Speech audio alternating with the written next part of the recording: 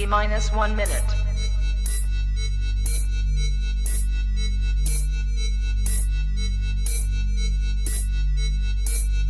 T minus 50 seconds.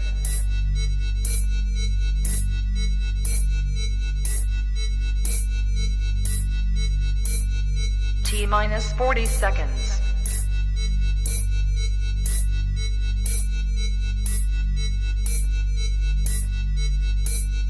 T minus 30 seconds.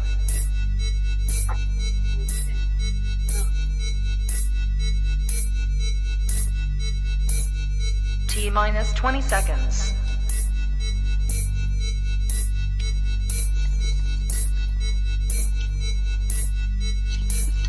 Ten, 9, 8, 7, 6, 5, 4, 3, 2, 1, 0. Fuck you, Westport!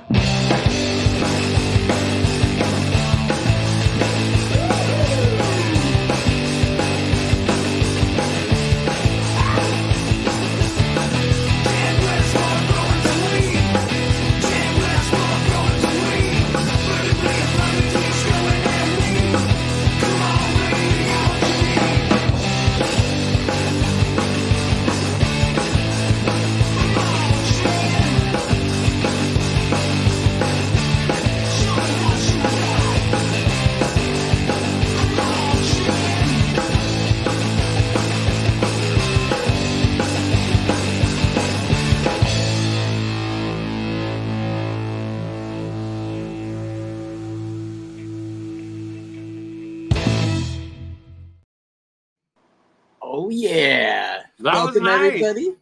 Yeah, I Thank like you. that intro, buddy. That's pro status right there. Heck yeah! I got to shout out Catachronic for making that song for me. They did that song about, gosh, maybe 2 years ago now, but I freaking love it, and I think everybody else enjoys it too. So thanks, man.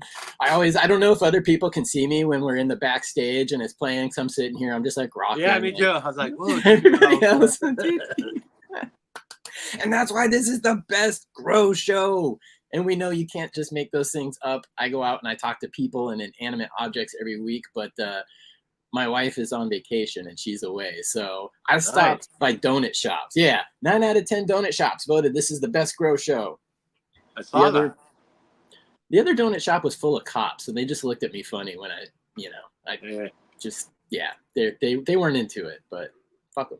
So that's the show today. All right, everybody, good night. No. We just got age gated. Yeah, we just got age gated. Oh, shoot. Well, hopefully not, man, because I'm hoping that a lot of people get to see this. I feel pretty stoked to have you today as a guest. So, JR, thank you for making time to come and hang out, dude. Thanks. I appreciate it, man. Glad to be here. Ready to talk some grow. Heck yeah. And, you've been doing this for a while. I've seen you all over. There's a bunch of different avenues we can get into as far as, the growing and what you're doing in the community. But I want to start with, the JR, the name precedes you. JR is Cherry Paloma cut. Like, people, oh my gosh, they freaking love this thing. And I understand why, because I see the pictures when they post and they're just like, this is a freaking gorgeous plant. So let's start with the JR's Cherry Paloma cut. How did that come to be? Can you give us a little bit of the backstory? I've been friends with Brad from Raw Genetics for many years. I think we're going on a decade now. And he's always just blessed me with gear. And he started his Georgia Pie Fem project. Man, I'm going to say it was like 4 years ago. I saw him at a show. And he always gives me stuff that's not labeled yet, so I know it's the goods. And so he just handed me like 4 discs, and in them, one was the Cherry Paloma. One of them was Jelly Donuts, which is Georgia Pie by Jelly something. And then the other ones were the Georgia Apple Pie and Peanut Butter Pie. And I really hunted through the Paloma and the Jelly donuts first. And it was fire. The jelly had all of the look that you're just like blown away by. But Cherry Paloma proved to be just a special plant. And in describing it, I would say its terp profile is grapefruit and gas. Gets a lot of its grapefruitiness from the trop cherry, which was used to cross with it. And then I believe it was the breeder's cut. And I think it's Relentless who does that. I hope I don't get that wrong. But anyways, their trop cherry was the kind of a combination with the Georgia pie that created it. And so it's grapefruit and gas. But the thing that's special about it is it checks a lot of boxes. The one drawback of it is it likes to grow kind of straight up and stretch, but it trains really well. It has enough node sites on it that when you train it out, those lower nodes become really good terminal nugs. And so it trains really well. So once you get its structure kind of dialed in, then it produces. Because when you flip it to flower, it explodes. It literally quadruples in height and in width. I mean, it just explodes. And so it really ends up being a really good, I would say, medium to high producer. And it's got enough node spacing to where it's solid all the way down. And it's easier for folks who don't want to deal with just straight colas that then have to be cut up and bagged up, you know. It's got a nug structure that's really kind of desirable as well. And then it throws down in color. It will fade to black. It will fade completely to black when it goes into its, its final phases of life. And then the perps come out with just a little coaxing of cold weather in the last 4 days. You could really bring out solid colors. And the thing I like about it is it's got hues of red and purple and blue in there, but it contrasts really well to how frosty it is. Because sometimes when you see those blacked out purple nugs, that almost you don't even get to see the crystal structure as much because they're just so dark. So I think visually it's stunning. So, and I think for like, just posting on media sites and photography in general, it's a gorgeous, gorgeous flower.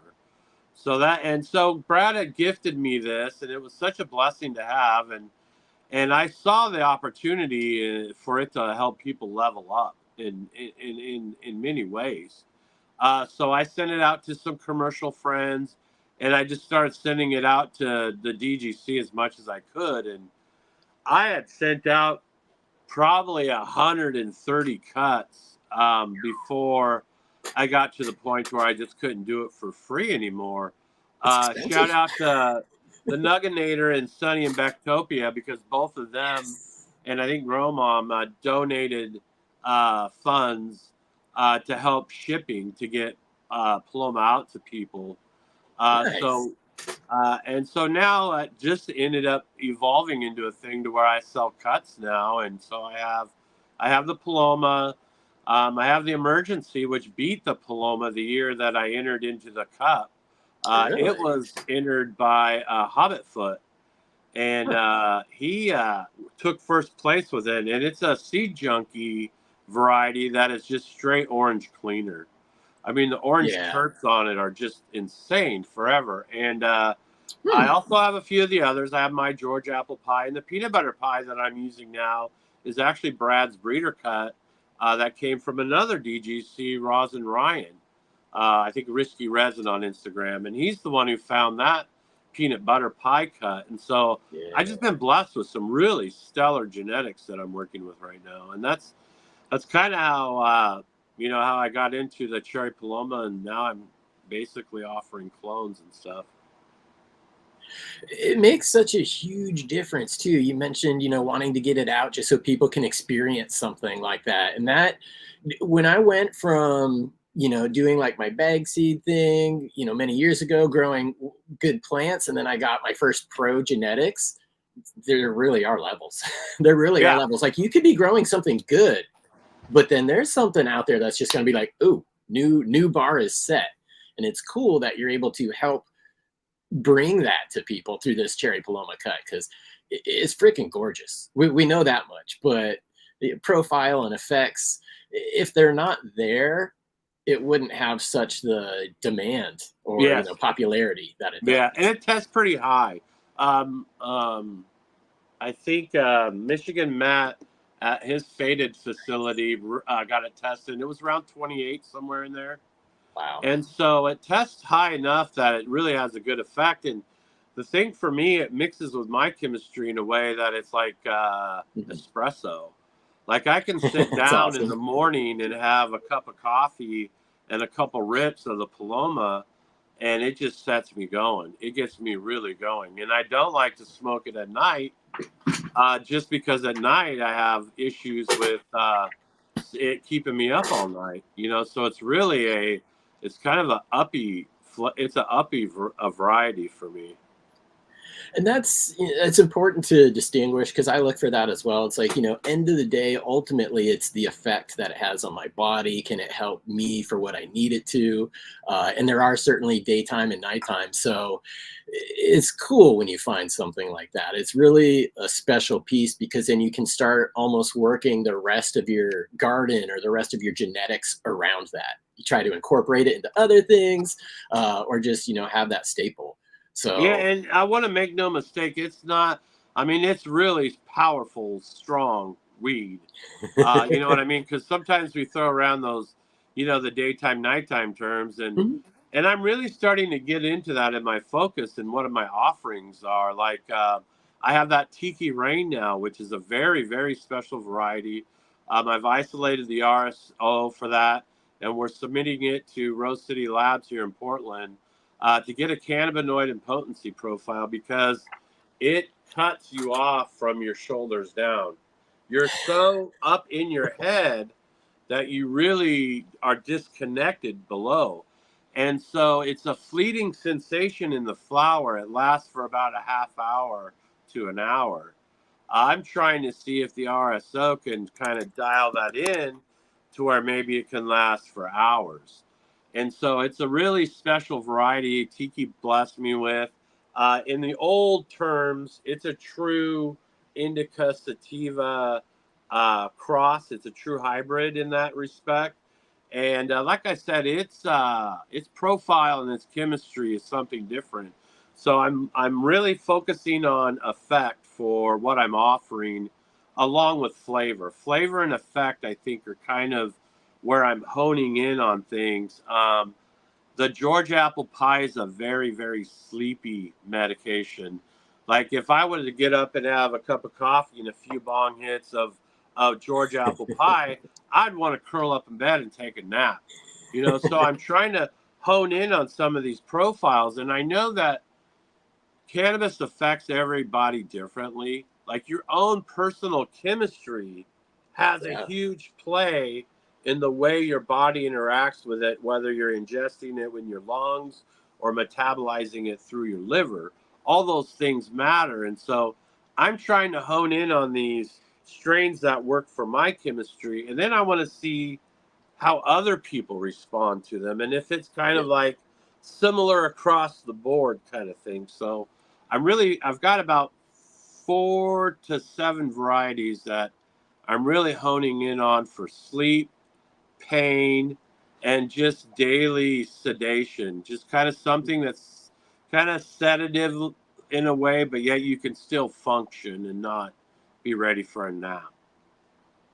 Yeah, it's the effects again. It's like you found something that works good for your chemistry. I found something that works good for my chemistry, and we both keep working it, because at least, and I'm sure you think this too, but it's like I'm under the impression it's like, if this works for me, it may not have the same effect across the board for everybody, but I know there's a handful of people out there with the same condition, experiencing the same pains, that hopefully this registers the same for them. Again, it's like, I'd love if we could, solve all the pain and whatever in the world.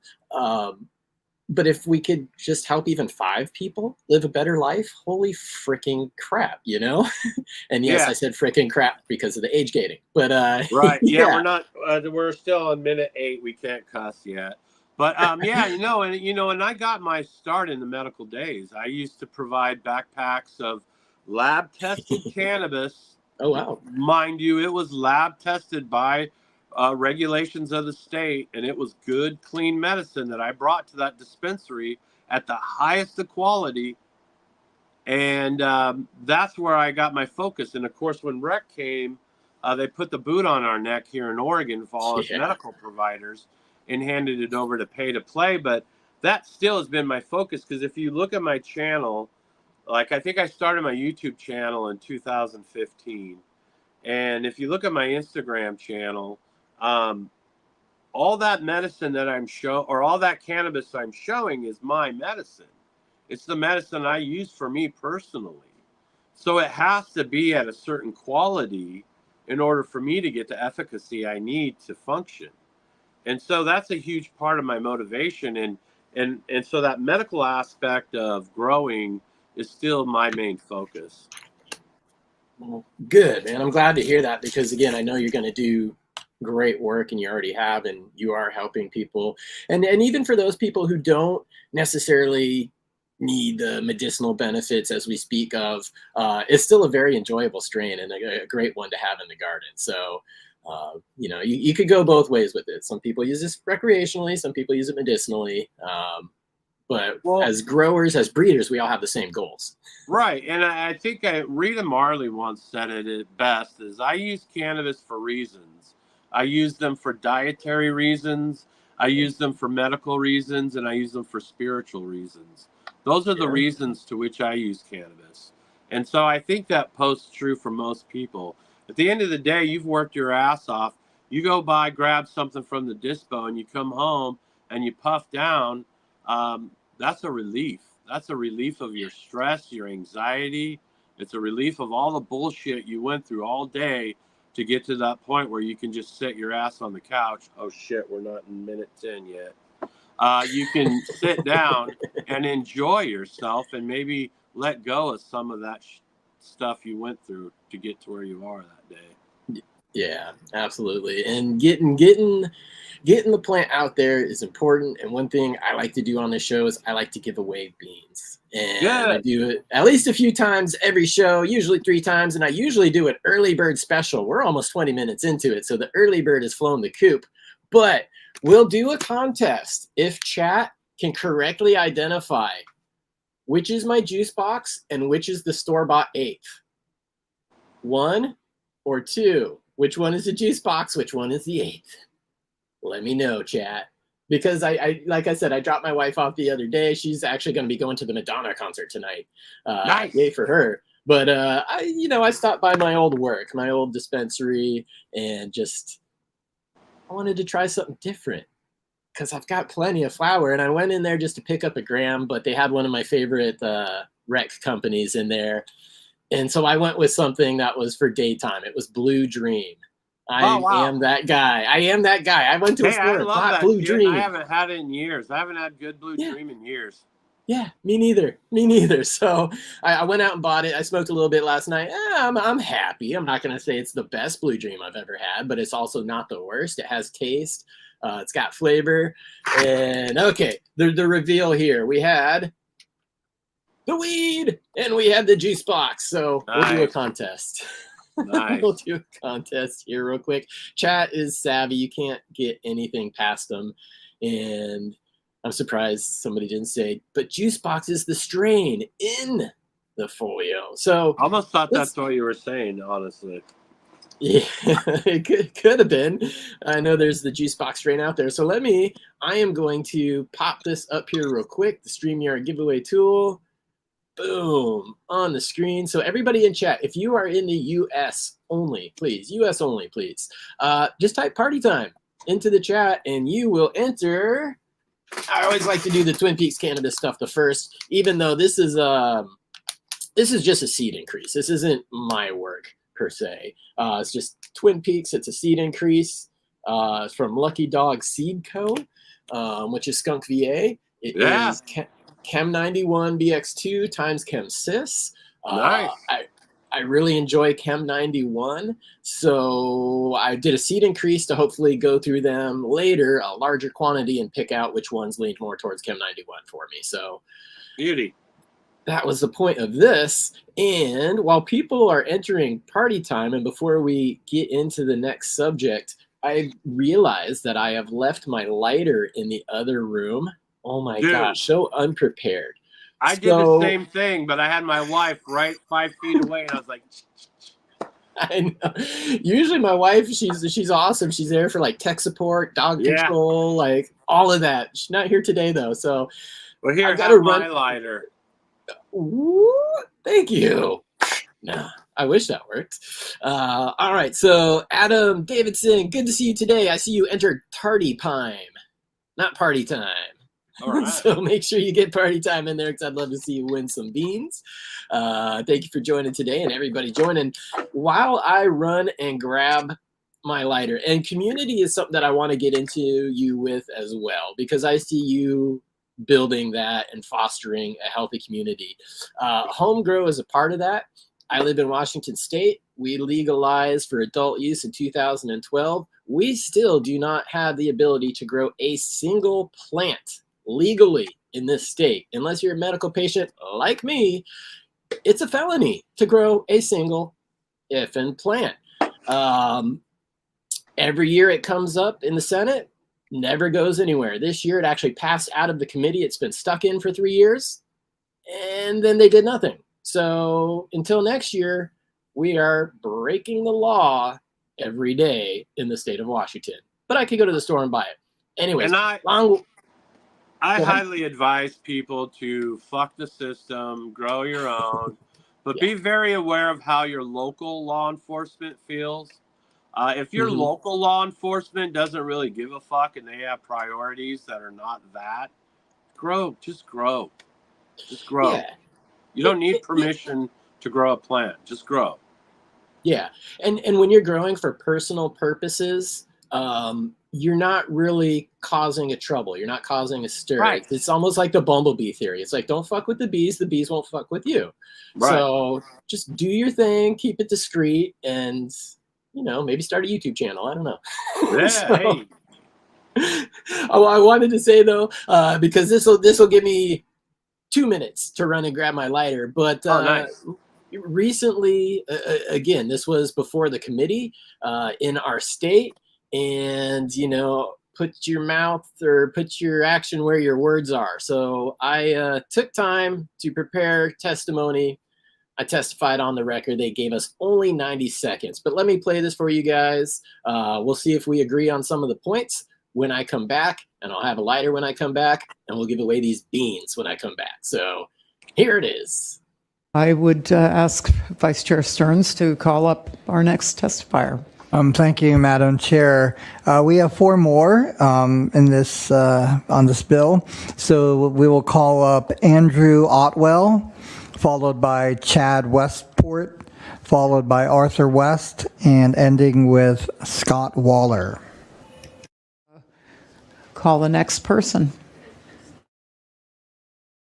Thank you, Madam Chair. Chad Westport. Yep. Because time is limited, as a medical patient in the state, I want to focus on quality control. As a sustainable agricultural graduate from Skagit Valley College, and as a person who has worked at one of the largest indoor cannabis facilities in the state, I can assure you that the quality of the product on a commercial level will never be the same as an educated home grower. And I don't mean quality in the sense of flavor, aromas, or effects, although that could be another conversation. What I mean is quality in the sense of SOPs, standard operating procedures. As a medicinal patient, I cannot consume cannabis with pesticides. As a commercial grower, these products are used proactively to avoid financial ruin. It is standard operating procedure, and that's for a good reason. Another common SOP with the commercial cannabis market is the irradiation of cannabis flowers. Yes, radiation. Ionizing radiation is used to reduce the presence of microbes, bacteria, and fungi on subpar crops so that they can pass state testing. This process has also been shown to reduce terpene content, and that's a beneficial constituent. I prefer my cannabis without radiation. At home, with the right precautions, I've never needed to use a single one of these products. My cannabis is cleaner, and I can also grow it organically, unlike the synthetically fed commercial crops. Handling is an issue. You lose a lot of the cannabinoids in the handling process. Again, home grow is superior to commercial. Thank you. Thank you for your testimony. Please proceed. And it's Home grow. Nice. Home grow. Well said, buddy. Thank you.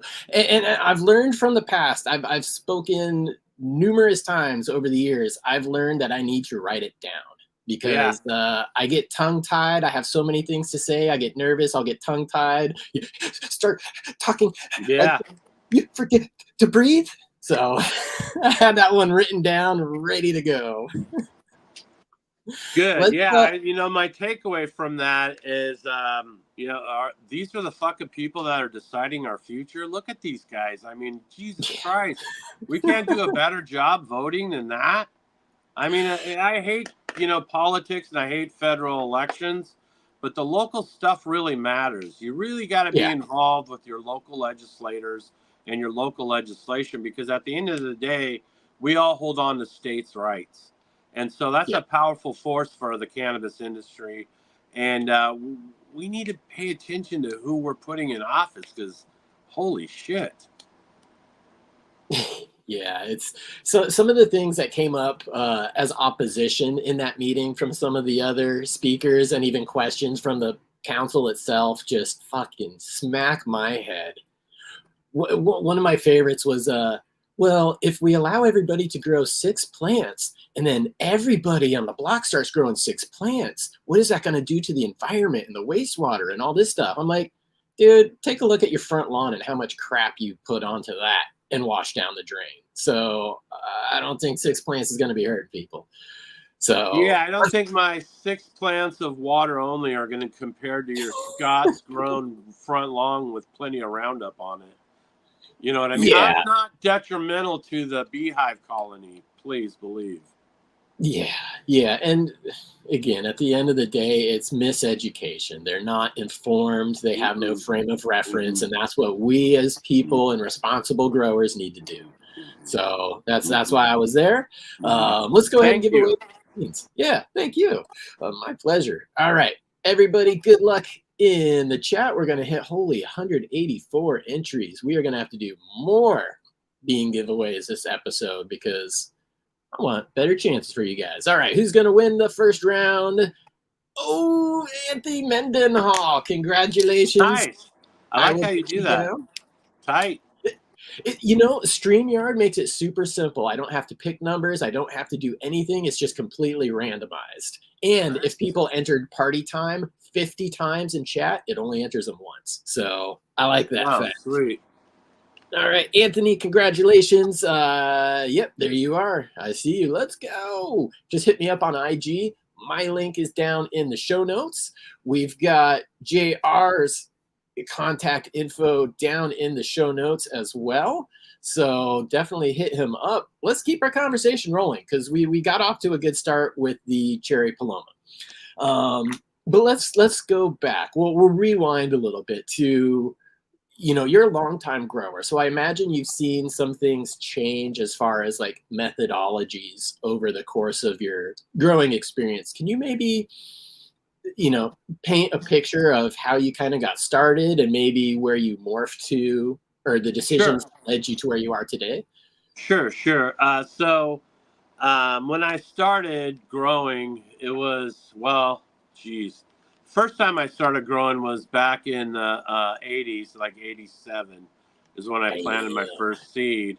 But in the 90s, I started growing just, potting soil in a pot kind of thing. And then 2000s came around and we had the medical scene happen here in Oregon. And so then I started really getting into the Overgrow server and the Overgrow community.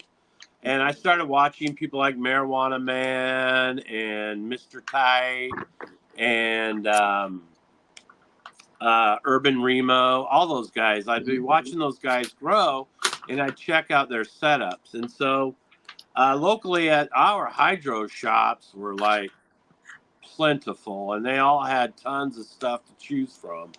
So I went through a myriad of stuff trying to figure it out stuff, but I knew I always wanted to lean organically, and I always wanted to make sure I had good organic inputs. And so I kind of picked Fox Farm for the longest time. I grew Ocean Forest in veg, and I grew Happy Frog in flower. And I grew that way for a very long time until I started getting really shitty batches of Happy Frog.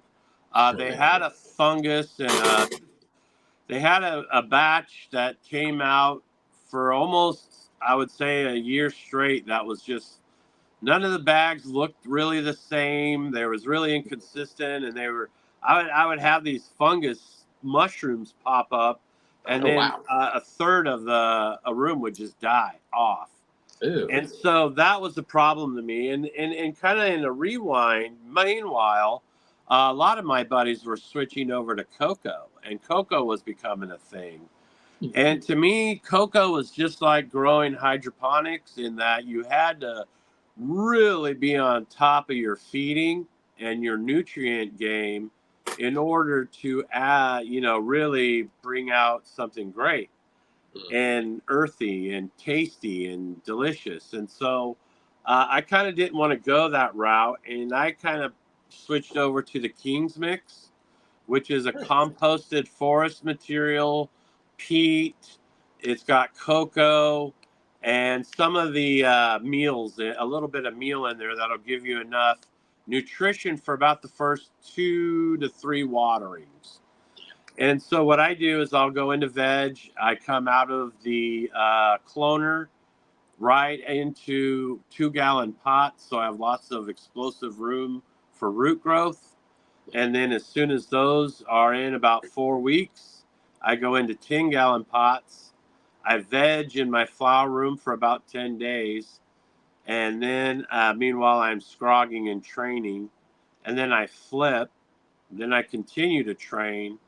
And then I just let her rip. And so then my feeding schedule, I use unfortunately, I'm still stuck on a Botanicare base. So I use their base nutrient, Liquid Karma, CalMag, and that's it. That's all of their products that I use. But I also use the Mammoth Silica is what I'm using from Mammoth P or Mammoth Microbes or whatever. And then I'm also using Fox Farm Big Bloom as my organic input. I use a lot of Recharge. And I also use Insect Frass. And I will make, in between waterings, I'll make a tea with Insect Frass, Big Bloom, and Recharge. And then I'll add those into my veg regimen. I also will start Mammoth P week 1 of flower so that whenever they're ready to start, getting phosphorus hungry, that microbial inoculation has happened and they've set up shop. And then I'll run Recharge and Mammoth P through flower, dropping Recharge at week 5, dropping Mammoth around week 7. And then I just kind of rock that through till the end. And then once I usually go around 9.5 to 10 weeks on almost all my strains. If they're early finishers, I just let them go. If they're late finishers, they get taken a little early. But really that 9.5, 10-week window seems to be good for most of the hybrid varieties that you're finding today. And so then I flush all of week 8. And then water only week 8, and then water only through half of 9. And then I, cut out the water. And then I do 48 hours of darkness, bro science. And I like to harvest the room right as I'm about 20 to 30 minutes into turning on the lights. And because I find that to be when they're the loudest. And so I don't know if that extended dark period is actually necessary, but it's just some of my bro habits I've carried out through the years. And it saves me 2 days electricity. It does, and it's pretty much common practice. I've heard a lot of reasons for it. Usually, on a commercial sense, electricity bill; on a home sense, maybe terpene preservation. But I've actually recently heard something that absolutely piqued my interest from one of these like crazy lab coat dudes, and I'm trying to get him on to explain it because it will upend what we are currently doing. And the reason he gave made sense, but I need more background. It was one sentence. I watched him for 2 hours. I clued in on one sentence, and I'm trying to get him to explain that.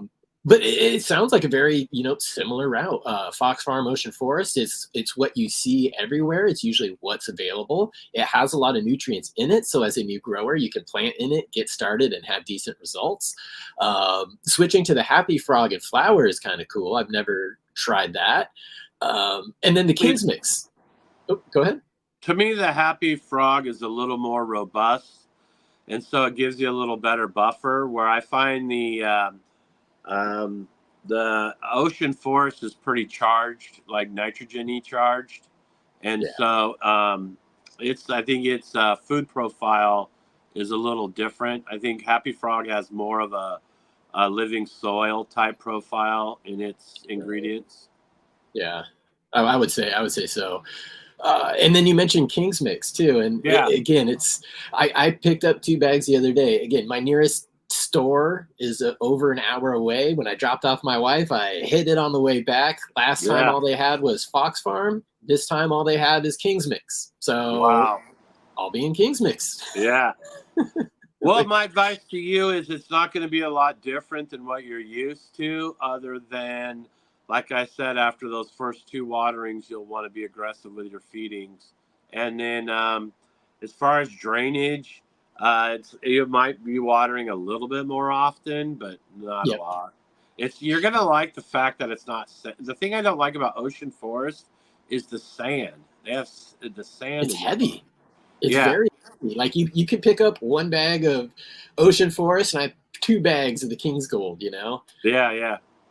And the King's Mix. The way are they giving you the big bags? No, just the standard 7 cubic feet, or not 7 cubic feet. 7. Isn't it 2.5? It's either 2.5 or 3. Standard size. Okay. The standard size bag. Like our shop here in Portland, they've got the big bags, and they're like $25 a bag. Nice. And you can get, I think you get like 2 10-gallon pots out of 1 bag. So. Nice. That's good. Because usually now that I'm thinking about it, the bag size I usually get is about 11 gallons. Is usually what I can cover. And that's cool. Is King's Mix, it's by Royal Gold. Is that fairly widely available in Oregon? I know it is on the West Coast. And that's the thing I'd like to talk about these soil companies and these soil brands is regionality is important, because if Royal Gold tries to set up a shop on the East Coast, and I've talked to Patrick from Soil King on my show on Cannabuzz about this, they don't have the same forested compost that they do in the Redwood area and from their forestry. And so the product over there that they're going to make is going to be something that's completely different. And so regionality to the soil you pick matters. And so if you're looking for a super commercial, every time kind of the same, you can do one of those like Pro Mix type products, where Pro Mix is Pro Mix kind of thing. And it's offered everywhere because it's mostly peat. But if you get into a product that is got living aspects to it, or composted materials, a lot of that stuff's really important about regionality and the source of your composting. Because if you've got companies like Fox Farm that are contracting their composting through municipal compost sources, you know. Scary. And I'm Yeah. not to say, I mean, that's kind of like the buzz around, but that's always like Inquirer magazine type shit. I don't know that as a fact. But I'm saying if soil companies do that, that's important to you as a consumer, especially as a medical consumer. That's why, like, I talked to Michigan Matt. He's in a commercial facility in Michigan, and they're very strict and very tight about what is allowable. And so he uses the Royal Gold's Tupper, and it's their cocoa blend. He said with Tupper and with Canna Nutrients, he's able to grow the chronic and still meet every aspect of what Michigan has to require of him. And I like Michigan Matt. He's a smart dude. Recently had the chance to do a panel with him on the Do Grow show. Yeah. And I love listening to him every time because his experience speaks. And we did talk a little bit about, you know, soils and the cocoa. I see Jay in here is how about Bio 365? I've used that a couple times. I still have one bag left here. He sent me like 3 different blends. The one blend I have left doesn't have any aeration. It's just straight cocoa. And he said, Sebastian from Bio 365 said, it takes a little bit to get used to the watering of how to water that, but it's his personal favorite. Like he gets the best results from it. So I've not dived down that route yet. I want to. Their product is a product that I'm actually very interested in. I believe they have a bag that's basically kind of like a living soil. And so they have different soil types that I really would like to get in contact with those guys. Aren't they out of Vancouver and Washington area or something like that? I don't know for sure. I almost wanted to say like East Coast. He's located on the East Coast. I could be totally wrong on this. Though. I could be totally wrong. Me too. But I was for some reason I was under the impression that they were in the Northwest somewhere, but I could be wrong. But I'm interested in their soil too. I looked at some of the prices are a little expensive, but the quality of the soil seems to be superior. Yeah, and shipping soil is where it gets expensive. If you just like turn and burn your soil, some of these higher craft blends can get a little bit more expensive. Ultimately, I still think you come out ahead when it's weighed against, you know, what your finished weight is versus, you know, what you spent on it. Yeah. But shipping soil is expensive.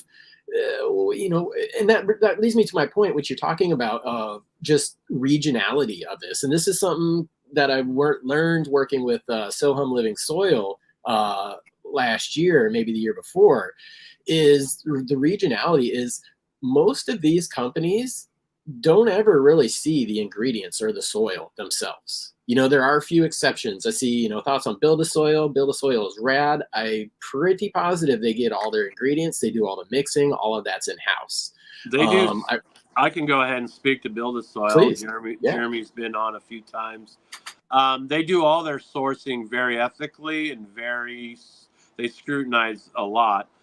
Their pre-bagged soil is their Coots mix, but they've also got a Build a Soil 3.0, and they've also got, from what I understand, oh gosh, I'm drawing a blank on his name right now.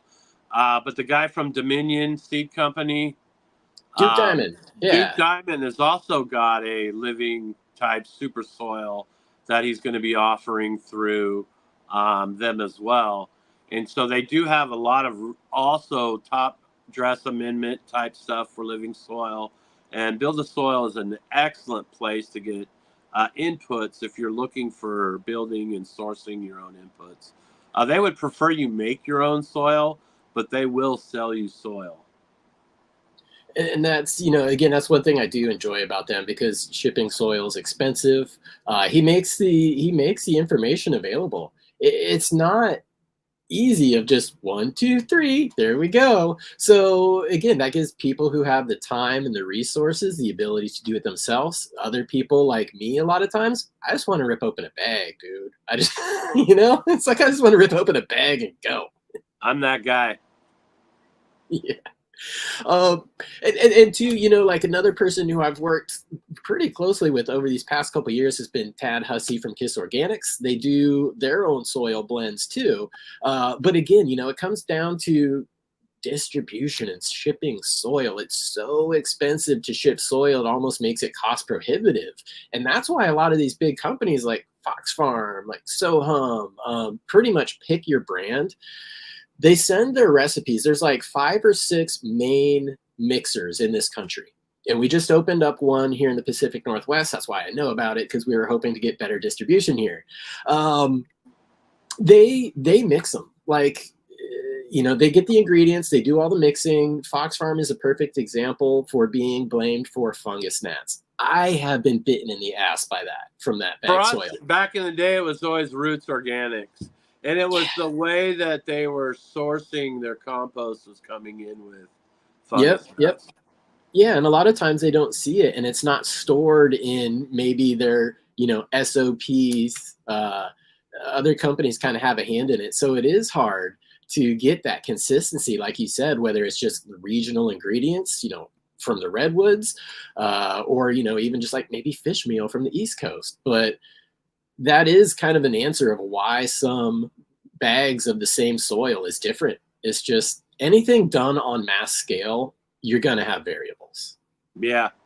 And you're likely to run into inconsistencies because they have to source at such large quantities of stuff, you know.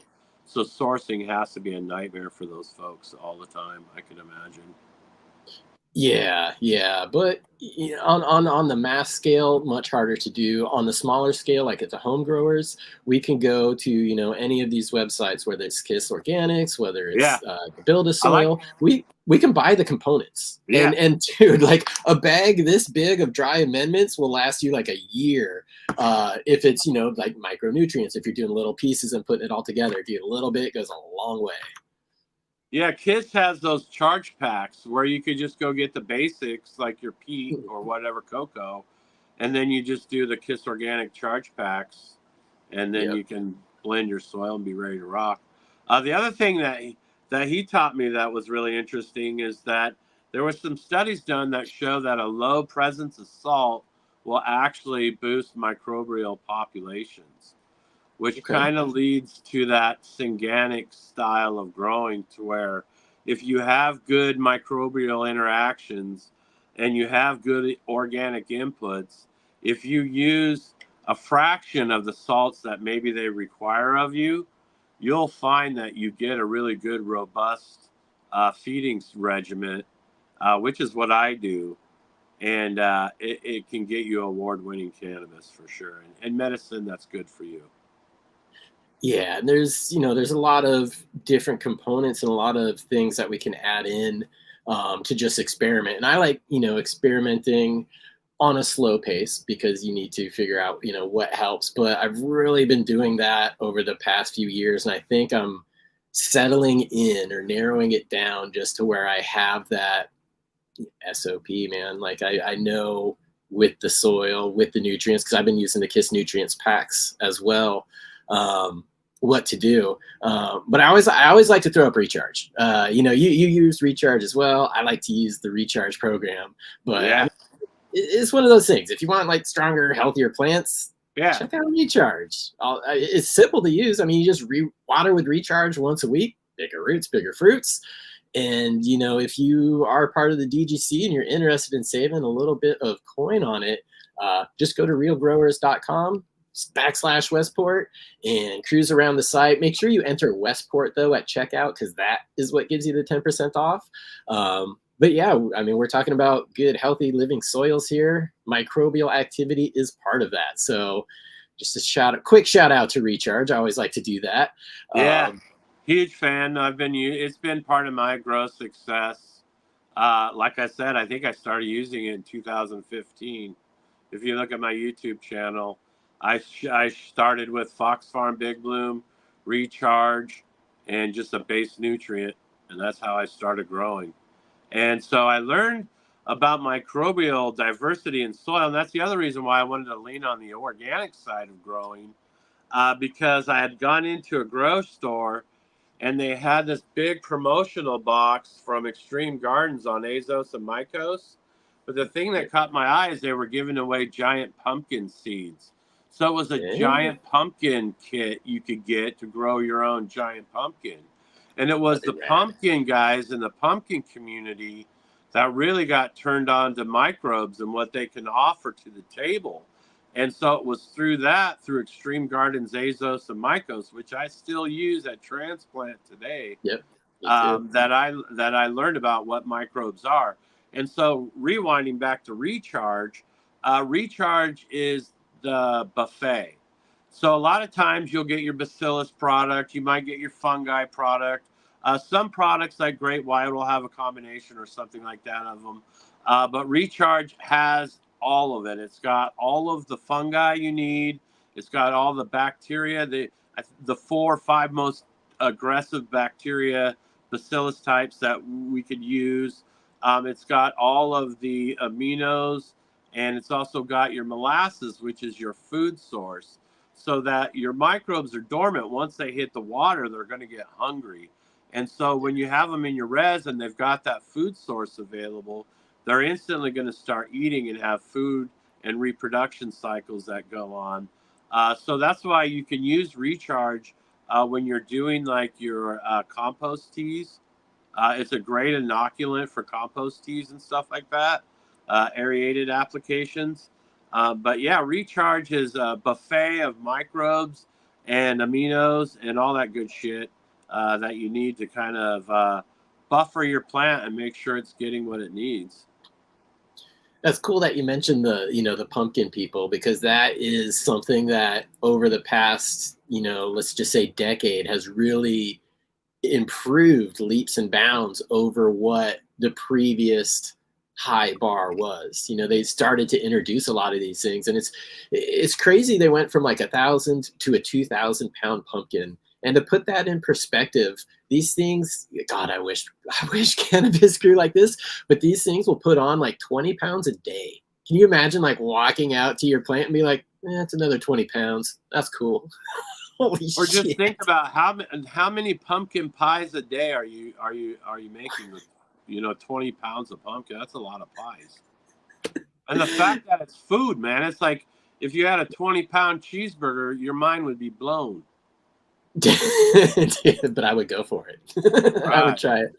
I'm just picturing carving out one of these big giant pumpkins and turning it into like a little hot tub, like redneck hot tub. You're sitting in the middle. Dude, they do the floats. That's pretty cool. Where they do the hollow mountain, or they do it's like the dragon boat races, but it's the pumpkin races. That's those are freaking awesome. rad. Yeah, those are awesome.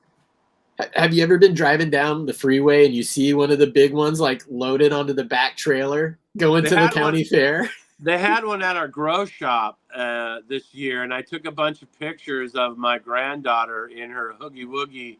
Actually, she was in a Kissy Missy outfit, which is this furry monster, and right in front of the giant pumpkin, and it was a lot of fun. They're fun.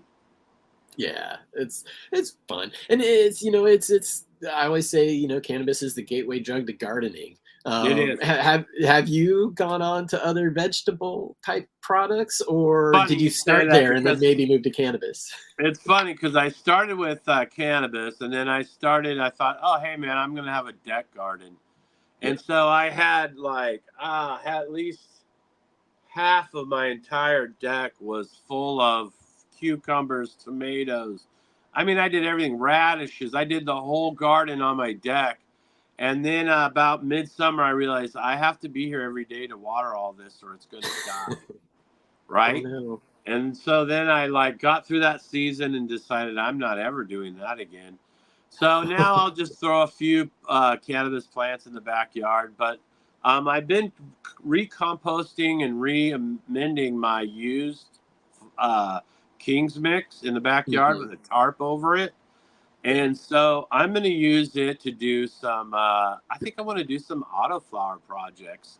I've been gifted some Mephisto stuff, and I might even try some Night Owl stuff. So cool. I'm thinking about, because here Here in the Willamette Valley, our season is short. I mean, our rains can start, mid-September, Yeah, yeah, and definitely.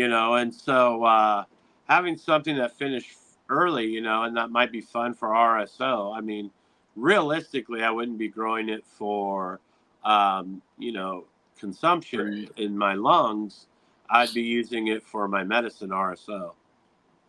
And when it's in that form, regardless of how people feel about autoflowers, love them or hate them, cannabinoids are cannabinoids. And if you're able to plant something outside and get that harvest before the rain comes, why the heck wouldn't you?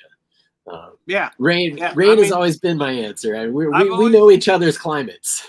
right, and I've always been puzzled by the diversity that happens within our community, amongst living soil, amongst salt, amongst hydro, amongst, you know what I Put mean? 'em up, It's put 'em up, very put 'em up. strange to me because if if you can't put yourself in somebody's shoes to understand why they do what they do to get the success they have, and have compassion and love for that, then maybe that's something on your end that you need to deal with. Because if I'm in a high rise in Manhattan and I want to grow a couple plants in some real buckets, some cocoa and just some real grow dots in a real bucket. How are you going to diss on me because you get to have a closed loop living farm on the Right? coasts of Washington? You know what I mean? So there's such a diversity in how this plant serves our people as a people.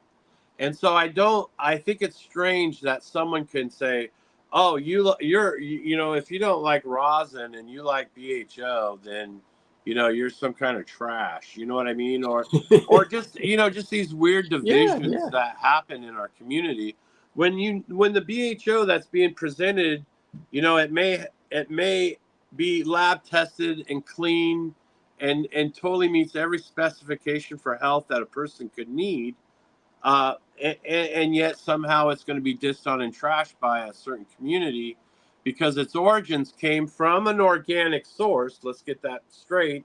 Butane is an old, decayed plant material source, so it is an organic source, but it's just presented in a different way.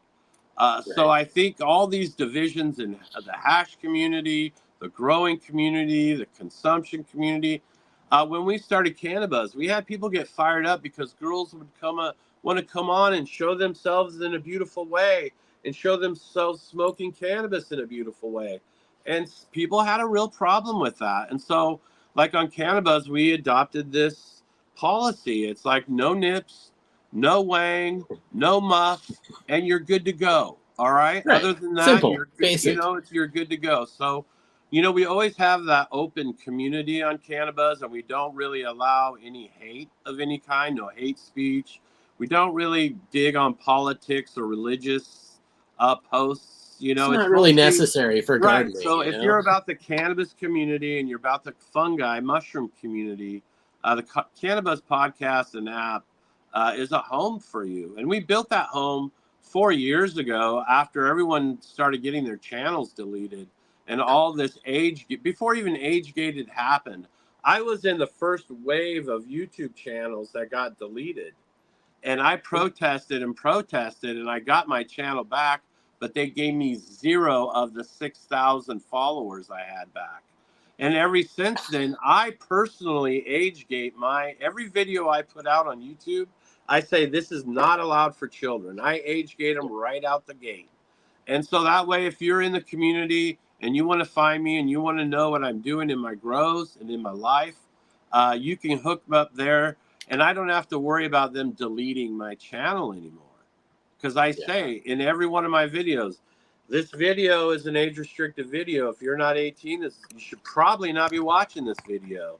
If you are 18 or older, here it is, you know? So, and that's kind of my Well, soapbox on that. I appreciate you for saying it because it's such an important message. And I know there's a lot of awesome people I'm looking in chat, a lot of very familiar faces. Thank you for showing up, and some absolutely new faces. And, whether you're new or old, been growing forever, or this is your first run, it's so important, like you said, to understand there's multiple ways to do this. A time and a place, environment. Perfect example you gave is, people living in high-rise apartments in the middle of a city. It's hard to get rid of soil, even if you choose to use soil. What do you do with it then? Right. So hydroponics, flood to drain, NFTs, those are great ways to grow. So Yeah. at the end of the day, it's the results that matter, the personal results. Yeah. Do I feel better? Do I Yeah. feel enlightened? So thank you for bringing that up. And that's, I want to get into Cannabuzz here real quick. I want to do another giveaway though. Do another giveaway real quick before we hop into Cannabuzz, because this is a perfect transition into that. Again, you've done a lot to build community, and I want to highlight that. Thanks. Yeah, my pleasure. We'll start collecting comments here. And again, US only, please, for the comments. We are going to ask you to type in the word Cannabuzz to the chat. Again, US only if you can. And this is going to be kind of a special one. My God, how many times can I say my wife went up is not here in this episode? Somebody turned it into a smoking game. But we have a mutual friend up there who is getting their grow on, and he's had a couple of good harvests under his belt. Nice. Set him up with the tents and lights and beans, and he's taken to it. So I was like, all right, let's give you some more genetics. Let's step you up. But here it is. So I'll get him something else later. What I want to do, and this is a breeder. This is a special pack. Again, it's a breeder that I've grown myself. Eclectic Elegance is out of Colorado. And he does a lot of awesome work with some, gosh, I can't get that to focus, with some good genetics. So here we go. This is why it's a special one. So we are going to give away a pack of Lime Breath Reserve Back Cross 1 times the Meat Breath times the BLP. Black Lime Reserve. Yes. So Lime Breath Reserved, and then the Black Lime Reserved and Meat Breath. 10 regular beans in here. This should be something pretty funky. So yeah, again. Yeah. The profiles are really garlicky and funky and a little gassy, and and some rancid. I mean, the opportunity for rancid is really in there as well. Yeah, he had sent me a bunch of packs when I was like, man, I really need to fill that gap in my drawer right now. I need to get a little gas and get a little funk back in there. The one that I grew, garlic meat saute. Whoa. I still have a little bit of it now. And yeah, it's funny with those like funky, like stanky buds. Like when you open the jar, it's like the air gets warmer. I don't know why that is, but it's like the air gets warmer. Yeah, it does. It puts off the heat. Yeah. I love that.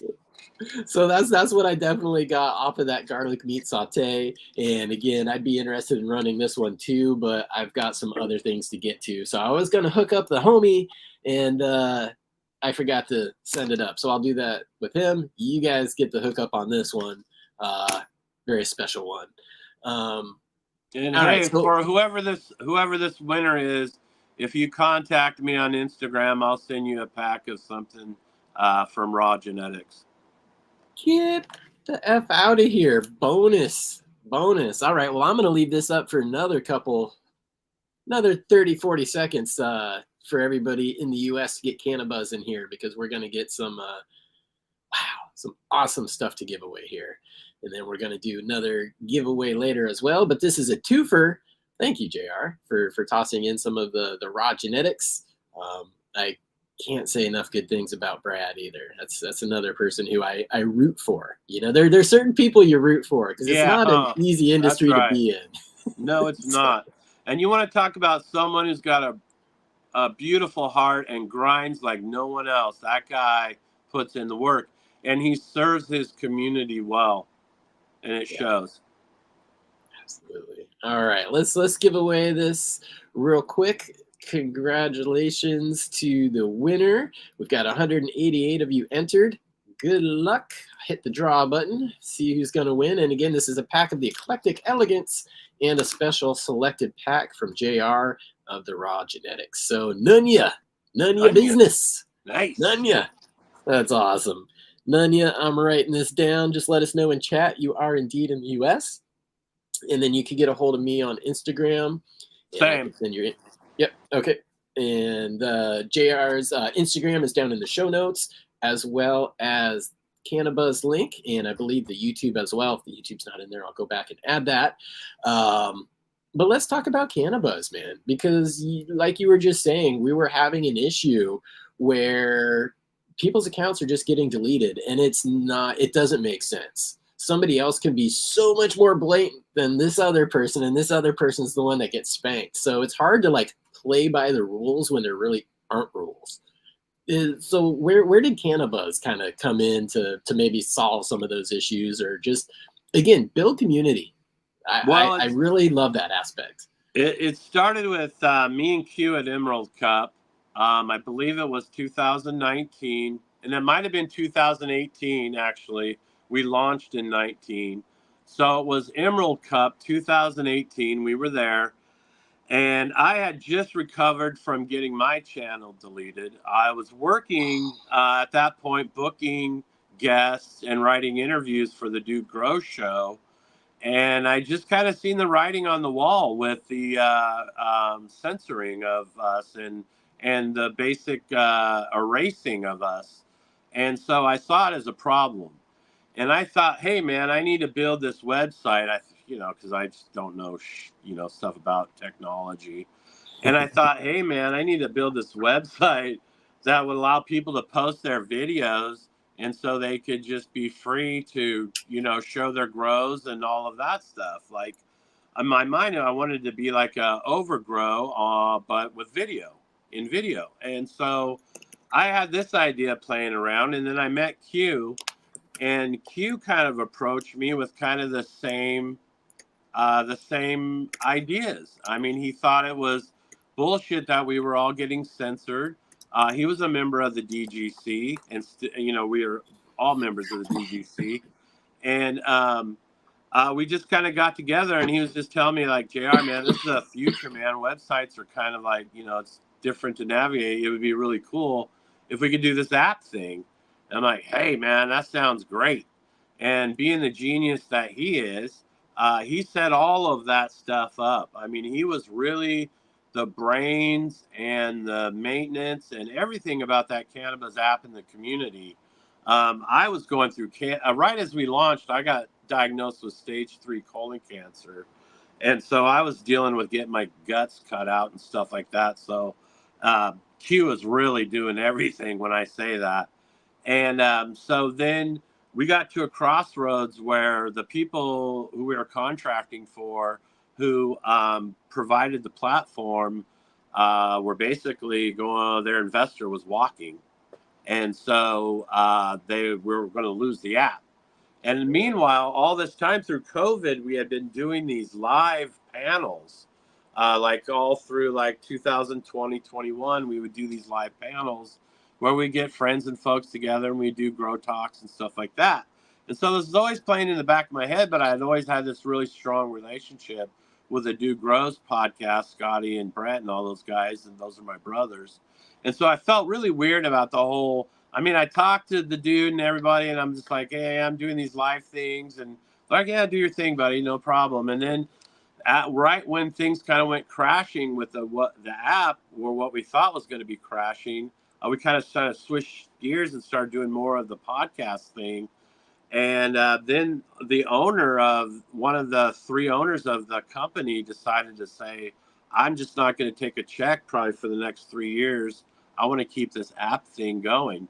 And so what it is, Cannabuzz is a app on a platform that other people can have. So like there could be the Chad Westport app.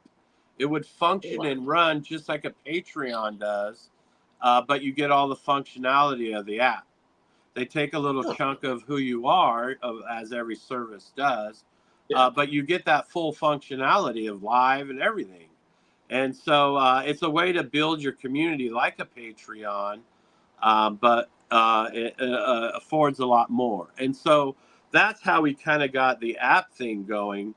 And then as we started migrating into this podcast thing over the last, I think we're going on a couple years now, or at least a year and a half now, it's really been about trying to get those voices of the community to the people, from everyone who puts a seed in the ground to put smoke in the air.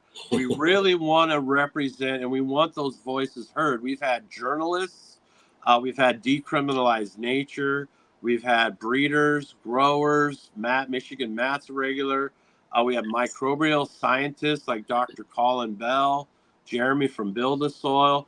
We've really had an opportunity to pick some amazing minds, and really what I feel like is put out some solid information that people can use, that are going to help them level up. And we've really got some good guests coming down the road. We just did an interview with Johnny at Casale and Hogwash Farms in Northern California, because they got Measure A coming up against them. And so Cannabuzz really is more of almost like a protest platform for the cannabis community and industry.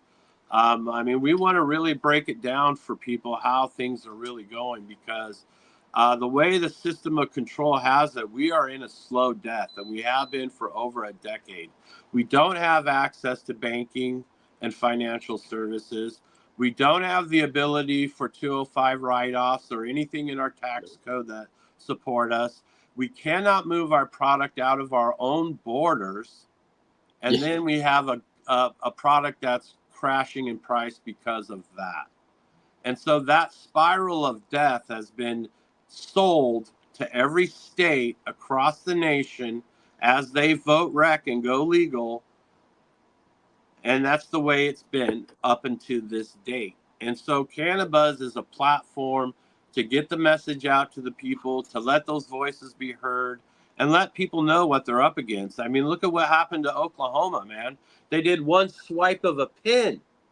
Yeah. And what was it? Thousands of shops are done.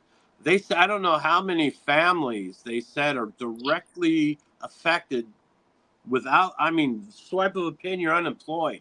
You don't get a paycheck anymore. It's done. Wrap. You know what I mean? Illegal. And so we have to have those. We have to have those voices being heard, and we also have to talk about the diversity of what the plant has to offer. Like I said, medicinally, dietarily, and spiritually. And then on top of that, we also support the fungi community. And so we have Chef Sebastian Carosi come on and talk about philosophy. There's in the western Washington and northern western part of Oregon are some of the most psilocybin-rich natural grounds that exist on planet Earth. We have we have a diversity that is massive, and so all of that is also being represented on Cannabuzz as well. And so if you want to get on there and you want to post about your myco and your myco community as it starts becoming legal and you feel comfortable doing so, that home is there for you as well. Yeah. And that's another great resource. Full disclosure, it's been a long time since I've full on dosed. I've taken some microdoses, but I did that a lot when I was younger. Again, living in the Pacific Northwest was freaking rad. I don't know brick weed, and I know the best mushrooms. So yeah, it was a great place to be.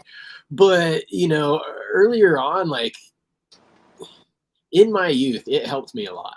So I could see the therapeutic potential that mushrooms and psychedelics offer, because it made me a different person in a better way.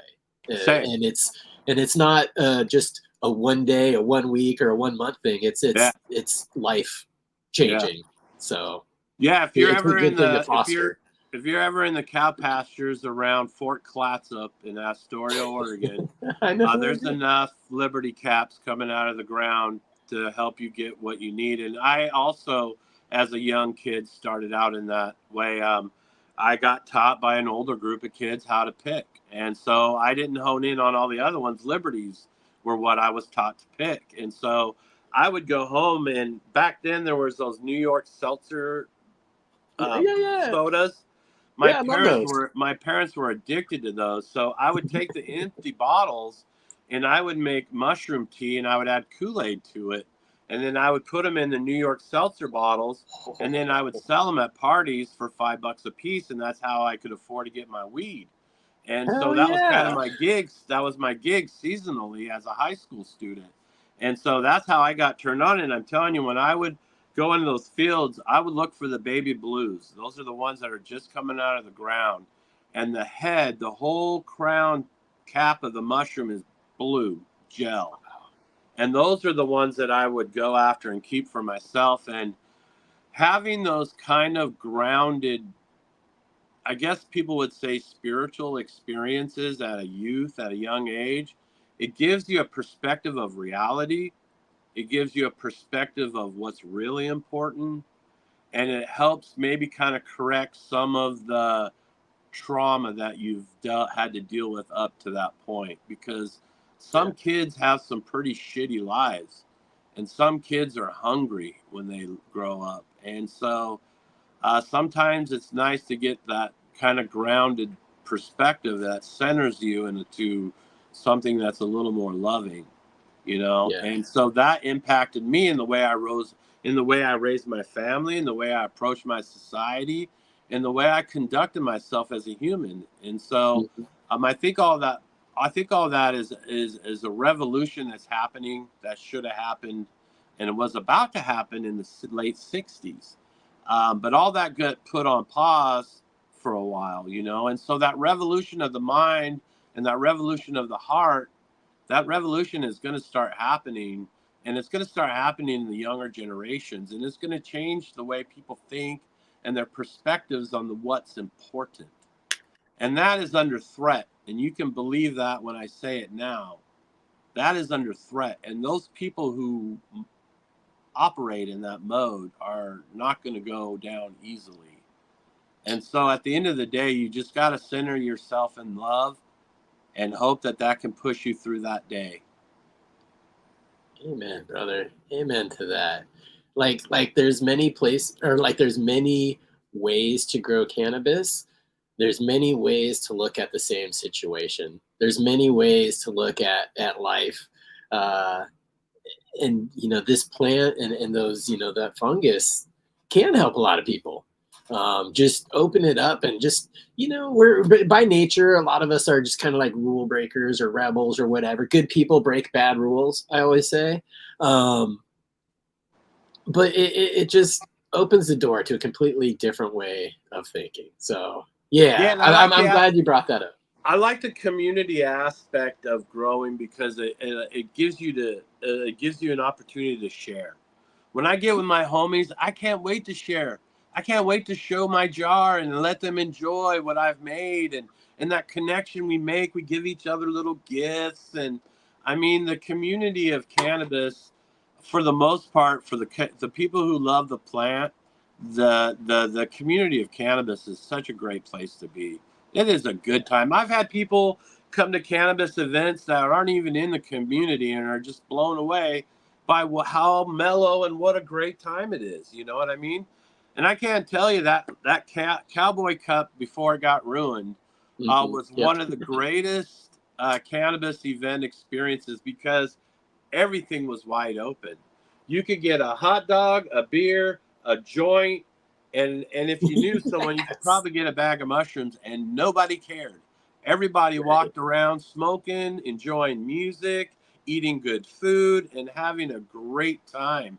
And I think those events are the ones that have the blueprint maybe for success in the future. And I hope I'm heading to Emerald Cup. It's in Oakland this year. It's in East Oakland, and I'm hoping that it's a little more open this year. And I'm hoping it's a good time. So if you're going to Emerald Cup, Cannabuzz is going to be there, and you know, hit us up. It is going to be a good time. I'm sorry, I spoke over you there. Finish your thought. I just said, hit me up. I always got goodies with me. But are you going? No, I wish I knew ahead of time. I think it's the day. Yeah, it's the day I fly back from the Netherlands. So it's one of those land and then go and not even see home or go home. Yeah. I'm going to go home. I'll miss it this year, but I was kind of laughing earlier, or just like smiling, because I used to live in Santa Rosa, and I go down to San Oh, okay. Francisco for audio engineering school, and I'd always go to oh God, what was the first city? I can't remember the first stop on the BART now. Yeah, are you talking like Petaluma? Anyways, I worked in Petaluma. I worked in a skate Okay. shop in Petaluma. So yeah, it's Santa Rosa is about 15 minutes north of Petaluma. Okay. All right. So I would always get on the BART, and I'd take that into the city, the Bay Area Rapid Transit, and it would go through Oakland. And I had a homie who lived there, and we got off the BART once, and I'm just like, bro, there's way too much good rap music written by people in Oakland for it to be safe. And that's still the story, dude. Like, yeah. Well, I guess this year watch out. they had some art center that got renovated, so it's going to be part indoor and part outdoor event. So I'm assuming the outdoor will be the consumption event. So I'm really excited. There's no law down there. So yeah, if they've got a space for it, you could do whatever you want. There basically is no law in Oakland. From what I understand, the only law is going to be Emerald Cut security. Yep. And that's good because, again, we regulate ourselves. We do a pretty damn good job of it. And as a community, you were talking about walking around doing this, doing that. Right. If we can do it responsibly, then we paint a better picture. And there are always going to be people who took a little bit too much more than they intended to. They may be having a bad time. But we, back from the rave days, we also have these things called trip sitters. Yeah. Rooms. Someone will step in. Someone will help you. Yeah. Yeah, guide you through it. We'll get you through this. Don't worry. Yeah. So, and that's, again, community-based events. You're going to see these things. The corporate type stuff, don't really care. They got your money at the door. Fuck you at it. Yeah. But community events, they're good. And you totally were talking about, when you get that jar of like the good stuff, you want to share it to everybody. You want to show everybody. So what is your jar of good stuff right now? What is that first thing you're cracking for people? I just got done trimming my last round, and I did Tiki Rain, I did Georgia apple pie, I did blue slushies, I did cherry paloma. Bulk of it was peanut butter pie, and it's the one that I like flavor-wise the most. It's got that. It's kind of like a 4-way OG cross that Brad did. And it was hunted by Roz and Ryan, and it just is like, you remember the OG that would last on your mouth for just days, like when you would take a hit, like a bong hit, it would just like you could taste it forever. And that's what this peanut butter pie is like, man. You just taste that OG funk, super funky on your mouth for days. And then it's got a really not super heavy, but kind of heavy sedative, really relaxing feeling. So I like to pair it with a Tiki Rain.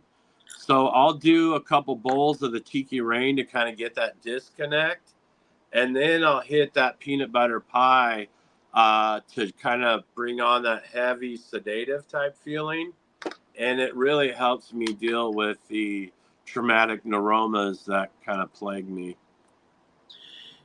And is that like nerve sensitivity? They're tumors that grow on the end of severed nerves. And so when I had my leg amputated, these tumors started growing on the end of my sciatic nerve and perineal side. And so the treatment before was go in and cut them out every 5 to 7 years whenever the pain got so bad I can't take it anymore. Right. But now we're looking at maybe doing a spinal implant.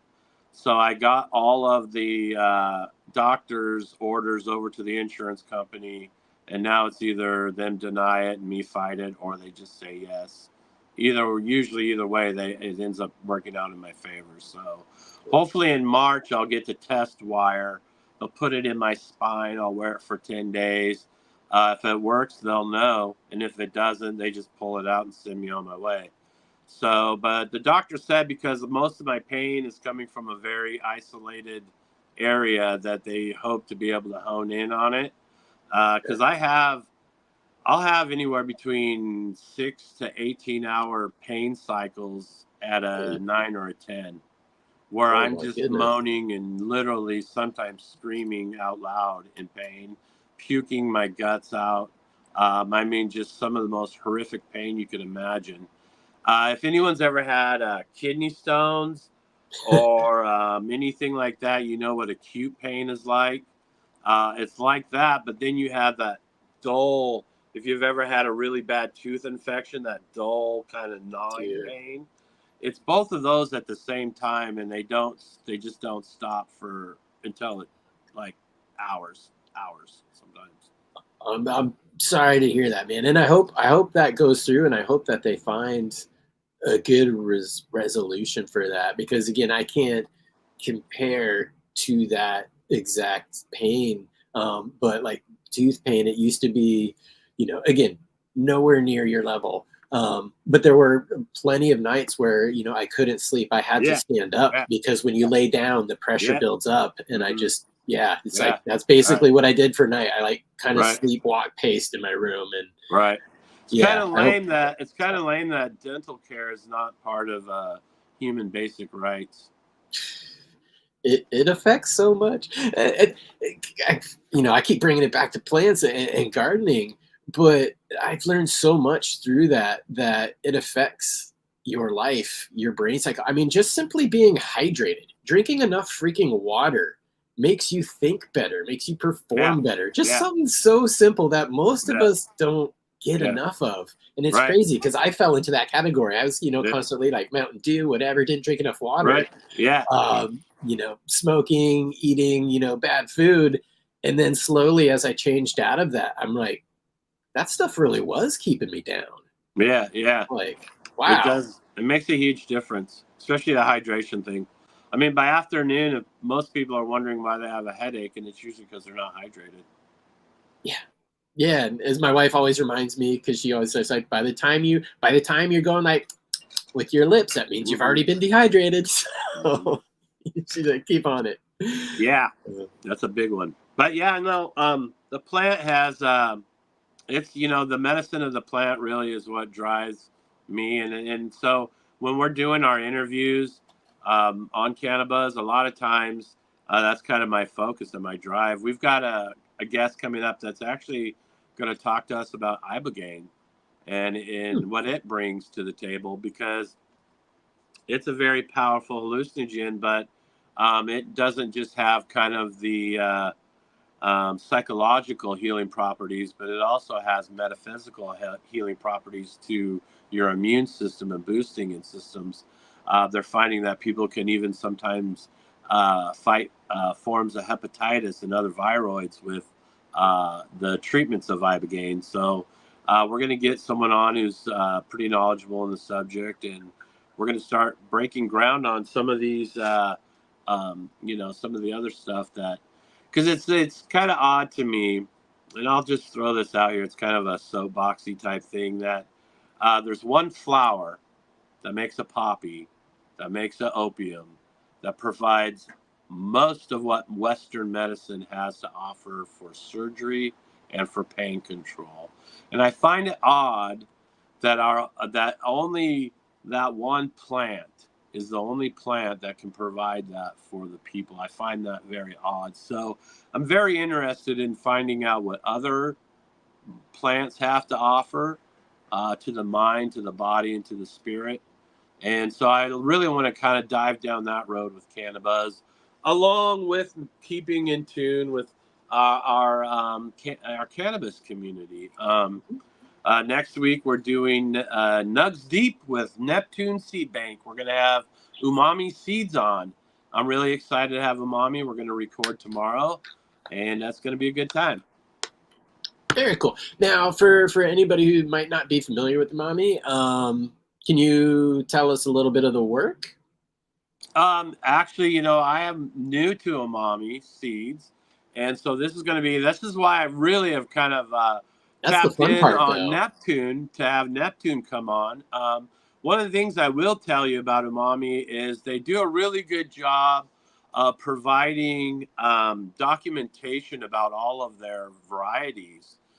They do not only lineage breakdowns, But they also will, like if you go on the Neptune Seed Bank's website, they'll give you different pheno images of that seed project, of that breeding Nice. project, because in the past a lot of I won't say it in the rudest way, but breeders would find the hottest pheno.